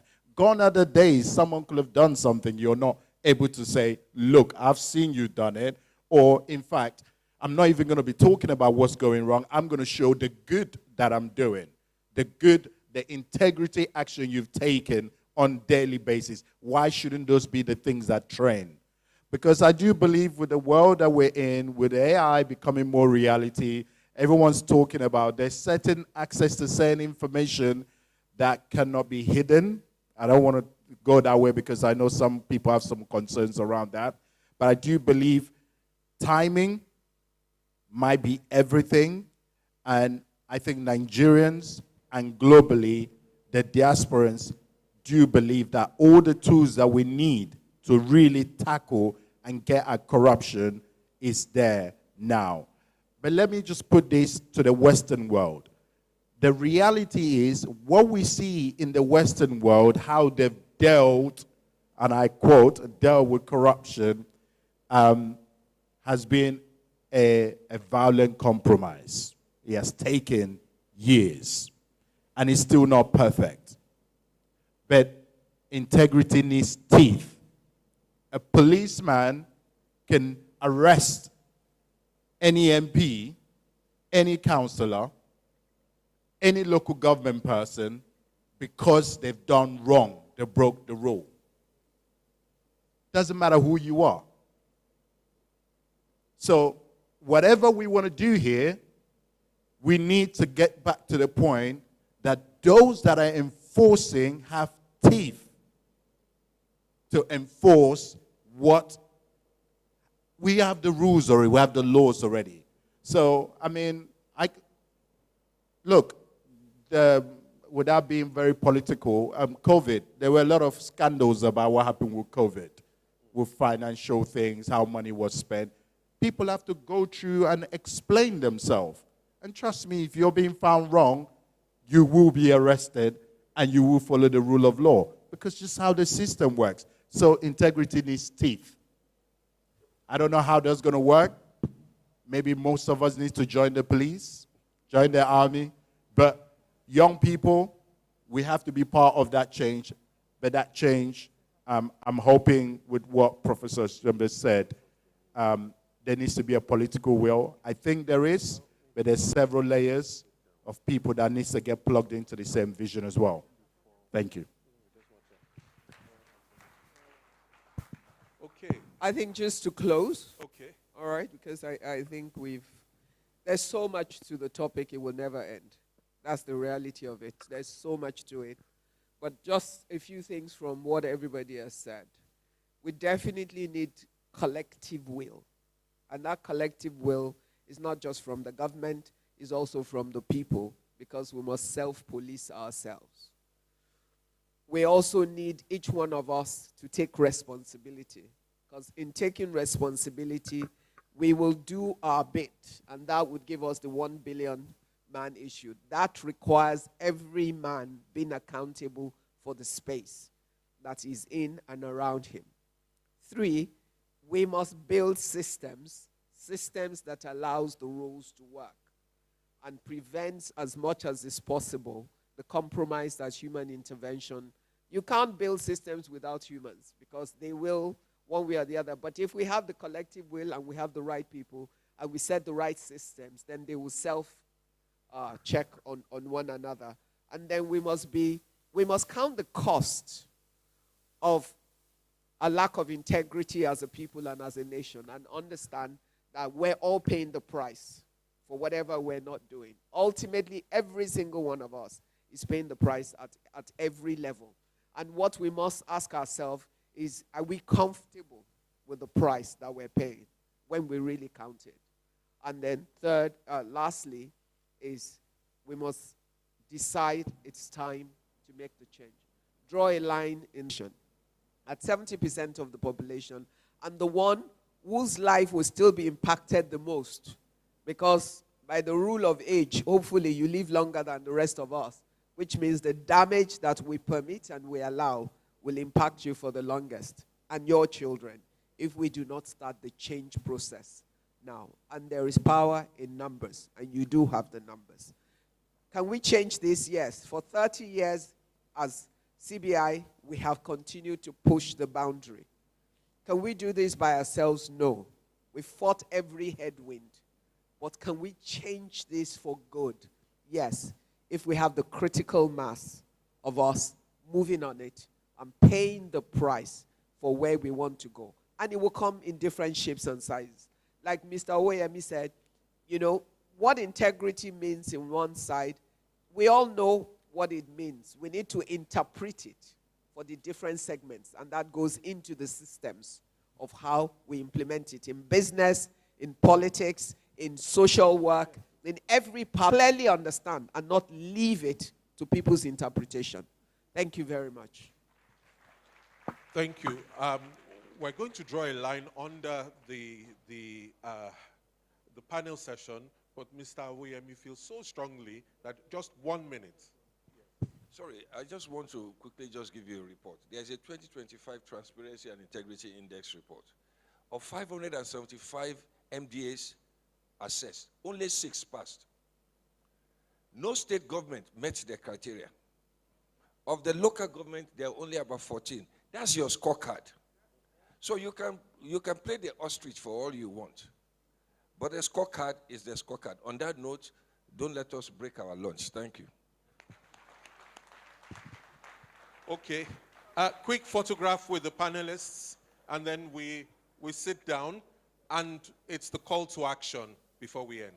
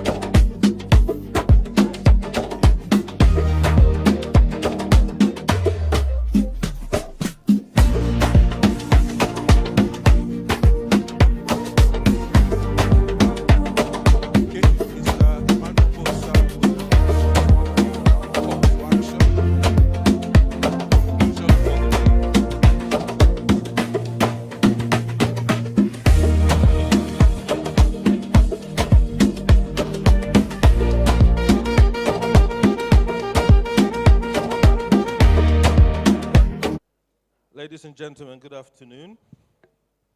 Ladies and gentlemen, good afternoon. No problem. Good afternoon to you all. Please, can we give our panel a round of applause? They did a fantastic job. My name is Emmanuel. I work with Integrity Organization, and it's our pleasure to have you all here. I'm here to do something that's very important, I think. And I think it's one of the most important elements of today. And that is, we've all heard a lot of very interesting conversations, some of which we know, some are new innovations that add to our thinking. But please, can I ask a question? Just by a quick show of hands, who here genuinely sees Mrs. Ibuku Awashika as a mentor, as someone to look up to? Just a quick show of hands. Okay, a lot of people, myself included. When she was first appointed to the position of board chair of First Bank, I was one of the very few people who did not know her that celebrated her, because it was not breaking the ceiling. It was completely obliterating the ceiling and creating a new dynamic of how we do business in Nigeria, right? Who here admires the mayor of Islington? Can I see a show of hands? We don't know him very well. So let me tell you a little bit, just in one line, about why we made sure that we had him here. Because there's something very important when we speak about role models, and the fact that sometimes we lived in a warped society where the people we choose to look up to have not always set the standard of the right things to do. So, a brief about the mayor of Islington. I hope I have everybody's attention. One of the key things that was mentioned was the power of collective action, because believe you me, at the end of the day, if we think that it is the responsibility of gatekeepers, such as His Excellency Yemi Osinbajo, to solve this problem, or that of the current Minister of Youth to solve this problem, we have missed the point. It requires all of us working collectively together to identify where we plug into the problem and identify the solutions and be part of implementing those solutions. Are we agreed? So let me tell you a short story. The mayor of Islington is here today because when I read about his profile and the national commendation he got for the position he holds, it is significant. He is the first black man in 156 years to hold the position of a mayor in London, in the United Kingdom. Now, we talk about the integrity generation. It goes to show that it is not that we are lacking in talent. It's about meritocracy, opportunity, and we deliver. Do we agree? So one of the things that I've called to do today is, what is the call to action? What is the responsibility of each of us? Let me go back to Ms. Awashika for a minute. I didn't mention her by accident. And I'm very mindful she's in the room, so please forgive me. When she took up the role of the chairman of First Bank, what I know now leads me to one let me call it one truth. I ask myself the question, how did she get to that position? What prepared her for that position? When she was in the hot seat, how did she navigate the realities, what I refer to as the invisible hands that often determine whether you succeed or fail in leadership? All too often we complain, we criticize administrations, and we say, oh, this person is not doing well. I can do better than this person. But what we fail to actually realize and have empathy for is that when you sit in the hot seat, the fundamental question becomes, do I have what it takes to deliver this position? Am I prepared for this role? Am I just waiting for when I get there, I will just bam, bam, bam, everything will change? And you get there, and you realize that actually, what you see from the outside does not reflect the reality of when you're on the seat. And that is the conversation I want us to have today. Because everybody here, I believe, is aspirational. A lot of powerful things have been said.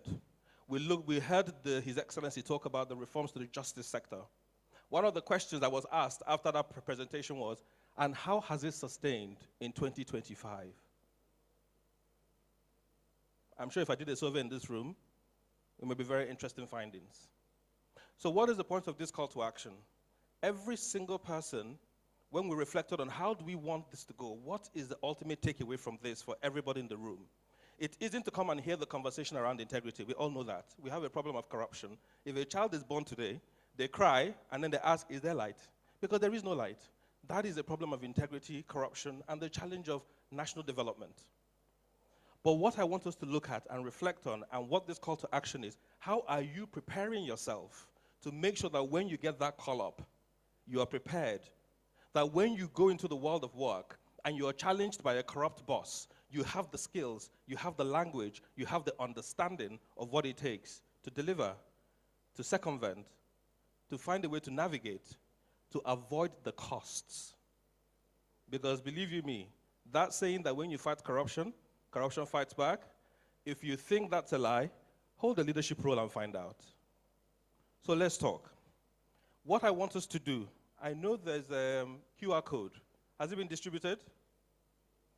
There's a QR code that's been distributed. And what we want to do is, we've set up a repository. We've set up an online platform, and we're trying to recruit a community. And what we want this community to do is, one, let us sit together and network. Let us have access to resources that enable us to develop the skills, to develop the language, to identify the approaches, that framework that was mentioned earlier of how we address corruption, how we navigate the challenges of inefficient practices in the workplace, which leads to corruption. How do we make sure that we're able to find the right people who can join our cause, who have the right skills to support us to make sure we do the things we want to do? How do we get the right mentoring to ensure that when we want to climb up the corporate ladder, or whether in the private, public sector, we understand exactly what it takes to succeed in those positions? That is what we're here to do as a call to action. So I ask every single person, before I invite my colleagues to come on stage and explain what exactly they're here to do, can we all please click on this QR code? And as you click, it will invite you to register. And what I want us to do, what I want us to do when we register is join, access the tools available. We have tools, tips, techniques. So if you want to run a cause, so let's give, one of the tools on that platform is called Integrity Movement.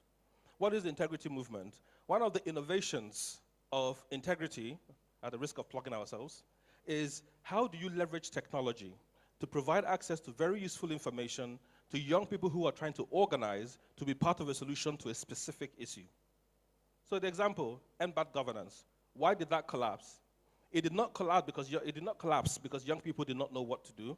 It collapsed because it was easy to infiltrate that particular movement. It was easy to counter-communicate what the intention and the aspiration of that end bad governance movement was supposed to be.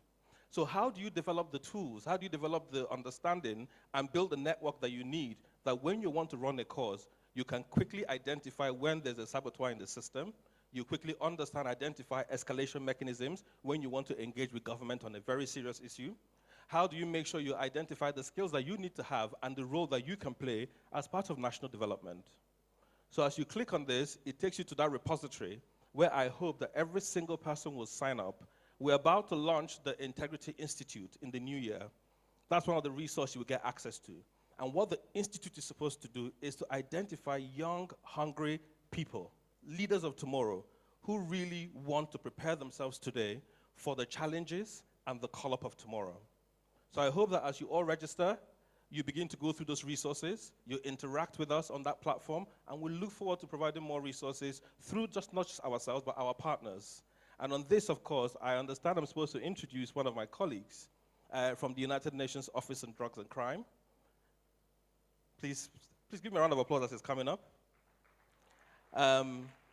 When he comes, he'll do a full introduction of himself, who will walk us through some of the resources that are available, because we worked in partnership with the Federal Ministry of Youth Development and the UNODC and brought in some of the resources that we also have to create a composite, comprehensive set of resources that would add value to your lives that you can use beyond this, so that when we talk about the integrity conversation, we talk about it in a way that's meaningful and ultimately in the long term delivers for our country. Thank you very much. Please, over to you. Thank you so much for this introduction, and ladies and gentlemen, good afternoon from my side as well. The United Nations Office on Drugs and Crime would like to commend the Integrity Organization in partnership with the Federal Ministry of Youth Development and also with the United Nations Office on Drugs and Crime for the development and for launching this Integrity Generation Club. This initiative perfectly aligns with UNODC's strategic vision for Nigeria, especially our youth strategy, which is geared at empowering a new generation for integrity. This goal will also be the focus of the upcoming World Anti-Corruption Day, 9th of December, as mentioned by the country representative, and also at the Convention of the States Parties for the United Nations Convention Against Corruption.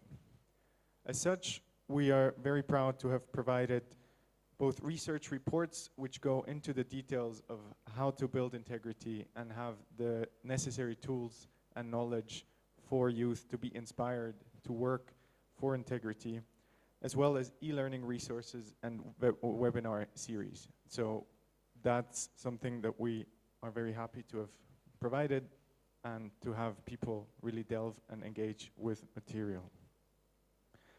We firmly believe that this platform will provide useful information and inspiration for youth to become the torchbearers and trailblazers for integrity. Those doing the right thing even when no one is watching. Well done, and thank you very much.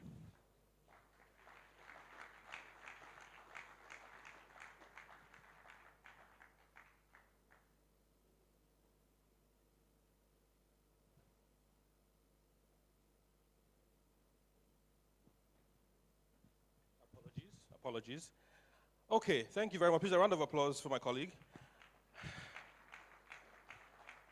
On there also, we have something called the National Youth Help Desk, which is set up by the Federal Ministry of Youth Development, and is meant to be a one-stop shop for young people looking for access to, I believe, scholarship, support, training, and any resource that enables them to get a leg up in life. So please, and if you go through this repository, you would also have access to the National Youth Help Desk, and it leads you straight to that resource, and you can sign up and also access some of the resources available there. Okay, thank you very much.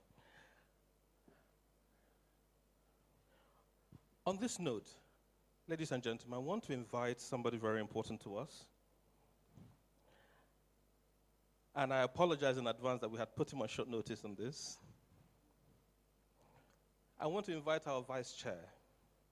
Please give him a raucous round of applause. Mr. Osaro Ebobamian, SAN,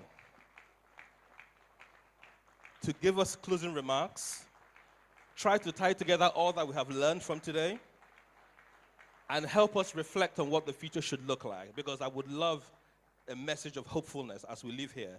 Nigeria may be going through struggles, but we're not down and out. There is still a lot to be done, and there's a lot to be achieved. I think we should keep giving a round of applause as he walks up.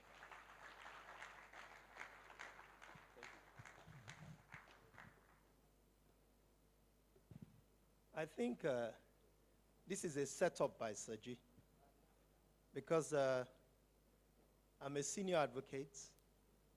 I finished my term at the National Judicial Council, and I think I've been invited back at the subcommittee. Now, when you heard the Vice President, former Vice President, talk about corruption and the index that has been used in measuring corruption in the judiciary, I think he said 89% of people thought that the judiciary was corrupt in Lagos. Today it's even worse.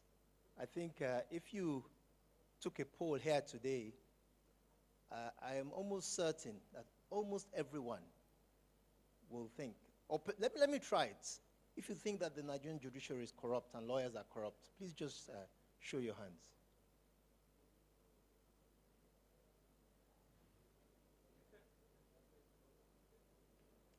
Well, not bad. I see someone raise 2 hands up, but not bad. So, my remarks as follows. It's not true that every judge is corrupt. It is not true that every senior advocate is corrupt. But we need a platform of this nature to come up and speak about corruption. Many of the things that were said by the panelists I can identify with. My father, forced me to come back when I was 15, back to Nigeria. It was very tough. And as a result, I joined the police force. But I tell you something. In spite of the toughness and all the corruption you talk about, I think I'm a success story. I'm my chairperson. And she knows the challenges in the judiciary. She's suffered it. She's a victim. When I speak to her sometimes, I'm almost certain that she thinks, you know what, how do you cope within a system like that? But the way I cope is by being a member of the CBI. And just being a member of the CBI, a lot of people believe that, you know what, if you can stand up and you wear you're a custodian of integrity, that means that something is happening within the judiciary. The vice president is somebody who I have a lot of respect for, and I became close to him simply because of what he stood for. And he's doing quite a lot. And only this morning, I tell you, Justice of the Court of Appeal called me to say they were setting up another 5 panels to clear the backlog, because that's one of the problems we have. And that's because that gentleman was able to talk to some people in power, and it's happening. So you can be the change agent. Osinbajo is not the vice president today, but he's doing quite a lot. We all have a part to play. Integrity is not about living up to aspirations. It's about falling up to systems. If we can actually create those systems, it will work. And you know what? It's just how we live. Truth of the matter is, I've run 5 marathons. 5 marathons. And I say I'm running to help to change the administration of justice. And Mr. Soji is helping me to do so. Sometimes I'm frustrated, and it's very tough, and that's why we need this network of people. And perhaps, maybe our chairman can help us. What we need amongst companies is for the bigger companies to perhaps prescribe that they will only do business with people who sign up to some level of integrity. Maybe that's a way we can actually make it, we can infuse integrity into the system. Integrity is but by processes. How we treat people, how we handle pressure, and how we honor the truth, and even when it is inconvenient. And I will share a lot of stories at another platform. May we continue to build organizations where trust is measurable, accountability is natural, and values are lived, not lamented. Thank you very much. God bless you. I don't know if Soji wanted me to do the thank you as well. Oh, I see. Okay, because this is impromptu. All right. Let me, and I followed this carefully, let me start by thanking our former vice president. Of course, he was one of the founders together with Soji, so we thank him immensely. But not only do we thank him for delivering this speech today, but we thank him for living up to integrity. For those of us who are close to him, you will understand when we say he's living up to integrity. The people who live next to you, the people who live closest to you are the people who can speak about your integrity. So we thank the vice president. Please send him that message. I want to thank my chair lady, my chairperson. This is my chair lady, tough woman. But you know what? You continuously win the respect and admiration of a lot of young people. When I told my daughter that I was getting Mrs. Ibokun Owoshi to come and say a few words at the wedding of my daughter, she was ecstatic. Thank you for what you do. The mayor of London, I read about you long before you came here. When Emmanuel announced who you were and your pedigree, I think he was only talking to those who don't follow what's going on around the world. Your story is a story that went around the world. I don't know how many Nigerians actually picked it up, but you know what? We're very, very happy to have you here. We're actually very impressed. Continue to do what you do. And thank you for joining us, because you see, a lot of people who live abroad actually have a misconception about Nigeria. I thank you for coming here, because we all wear the badge. When I go outside Nigeria and I talk about integrity, I start by saying, I'm sure that as a Nigerian, if I sit next to you, you must be checking your pockets, that I must have stolen something from your pockets. So when people like you come, you give us credibility, and you go back and say, there are people here who live better, perhaps, with a level of integrity than some of those in the UK. So thank you very much for coming. All our partners, and all the panelists. Where did he run to, Yemi?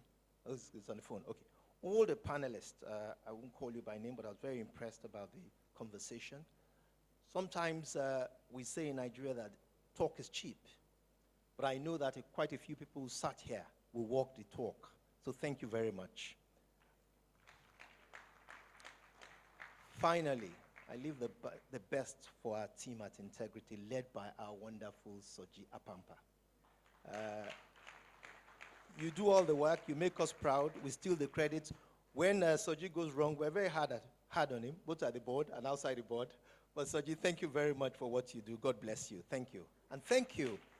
Most importantly, you know, I think my chair said, and my father always said that as well, when you're not sharing money or food in Nigeria, when you are debating issues, concepts that will create a country that will want to live in, you hardly find people in the audience. So each and every one of you, you are a star. Thank you for coming here, and thank you for staying with us. God bless you. Thank you.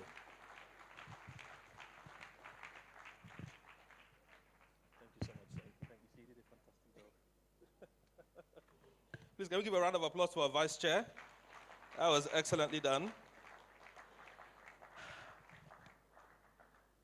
My genuine wish is that at the end of today, all the deliberations from this conference would go viral, because I know for sure that we are being supported by some of our social media friends, one of whom I want to especially acknowledge. Her name is Adedemola Adewale, who is popularly known as Ade herself. So you should check out her platform, because of her work, we are now, obviously we are out there in the universe and people are listening to what we're saying. Well, ladies and gentlemen, I think it's been said, we've come to the end of this session, but it will not be the end of the Integrity Conference. This is only the beginning. We will take the feedback, we will take the input. I know there were questions that were asked. Those questions will be reflected upon. And for those who have provided the feedback, we will ensure to make sure we give you some feedback on the questions you had asked. It's unfortunate, due to time constraints, we couldn't handle those questions here. But believe you me, we understand the importance of building and maintaining our community, and we will do so by making sure you get some answers to questions that you have asked. Please do follow us. Go join us on LinkedIn, join us on Twitter, join us on Instagram. Follow some of the very important work we do. I hope you find yourself in the story of the things that we do, and you understand, and like I had mentioned earlier, always ask yourself, when the chips are down, are we all paying attention? When the chips are down, one question to ask yourself, what would Ibuku Awashika do? Then do it. Thank you very much and have a great afternoon.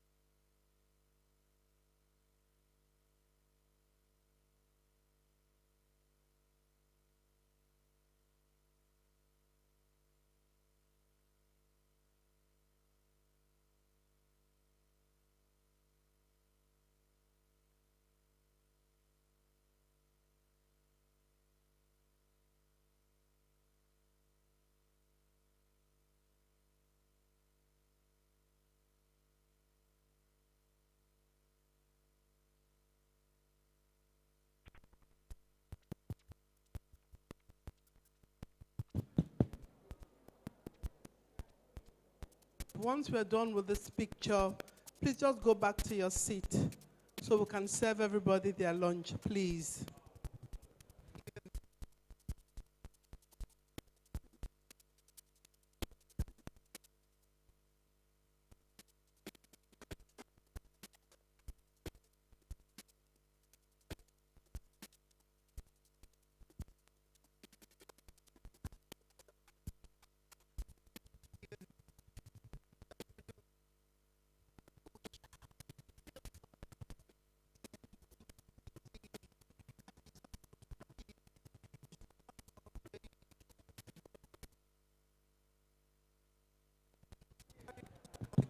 Please go back to your seat, please. Please go back to your seat.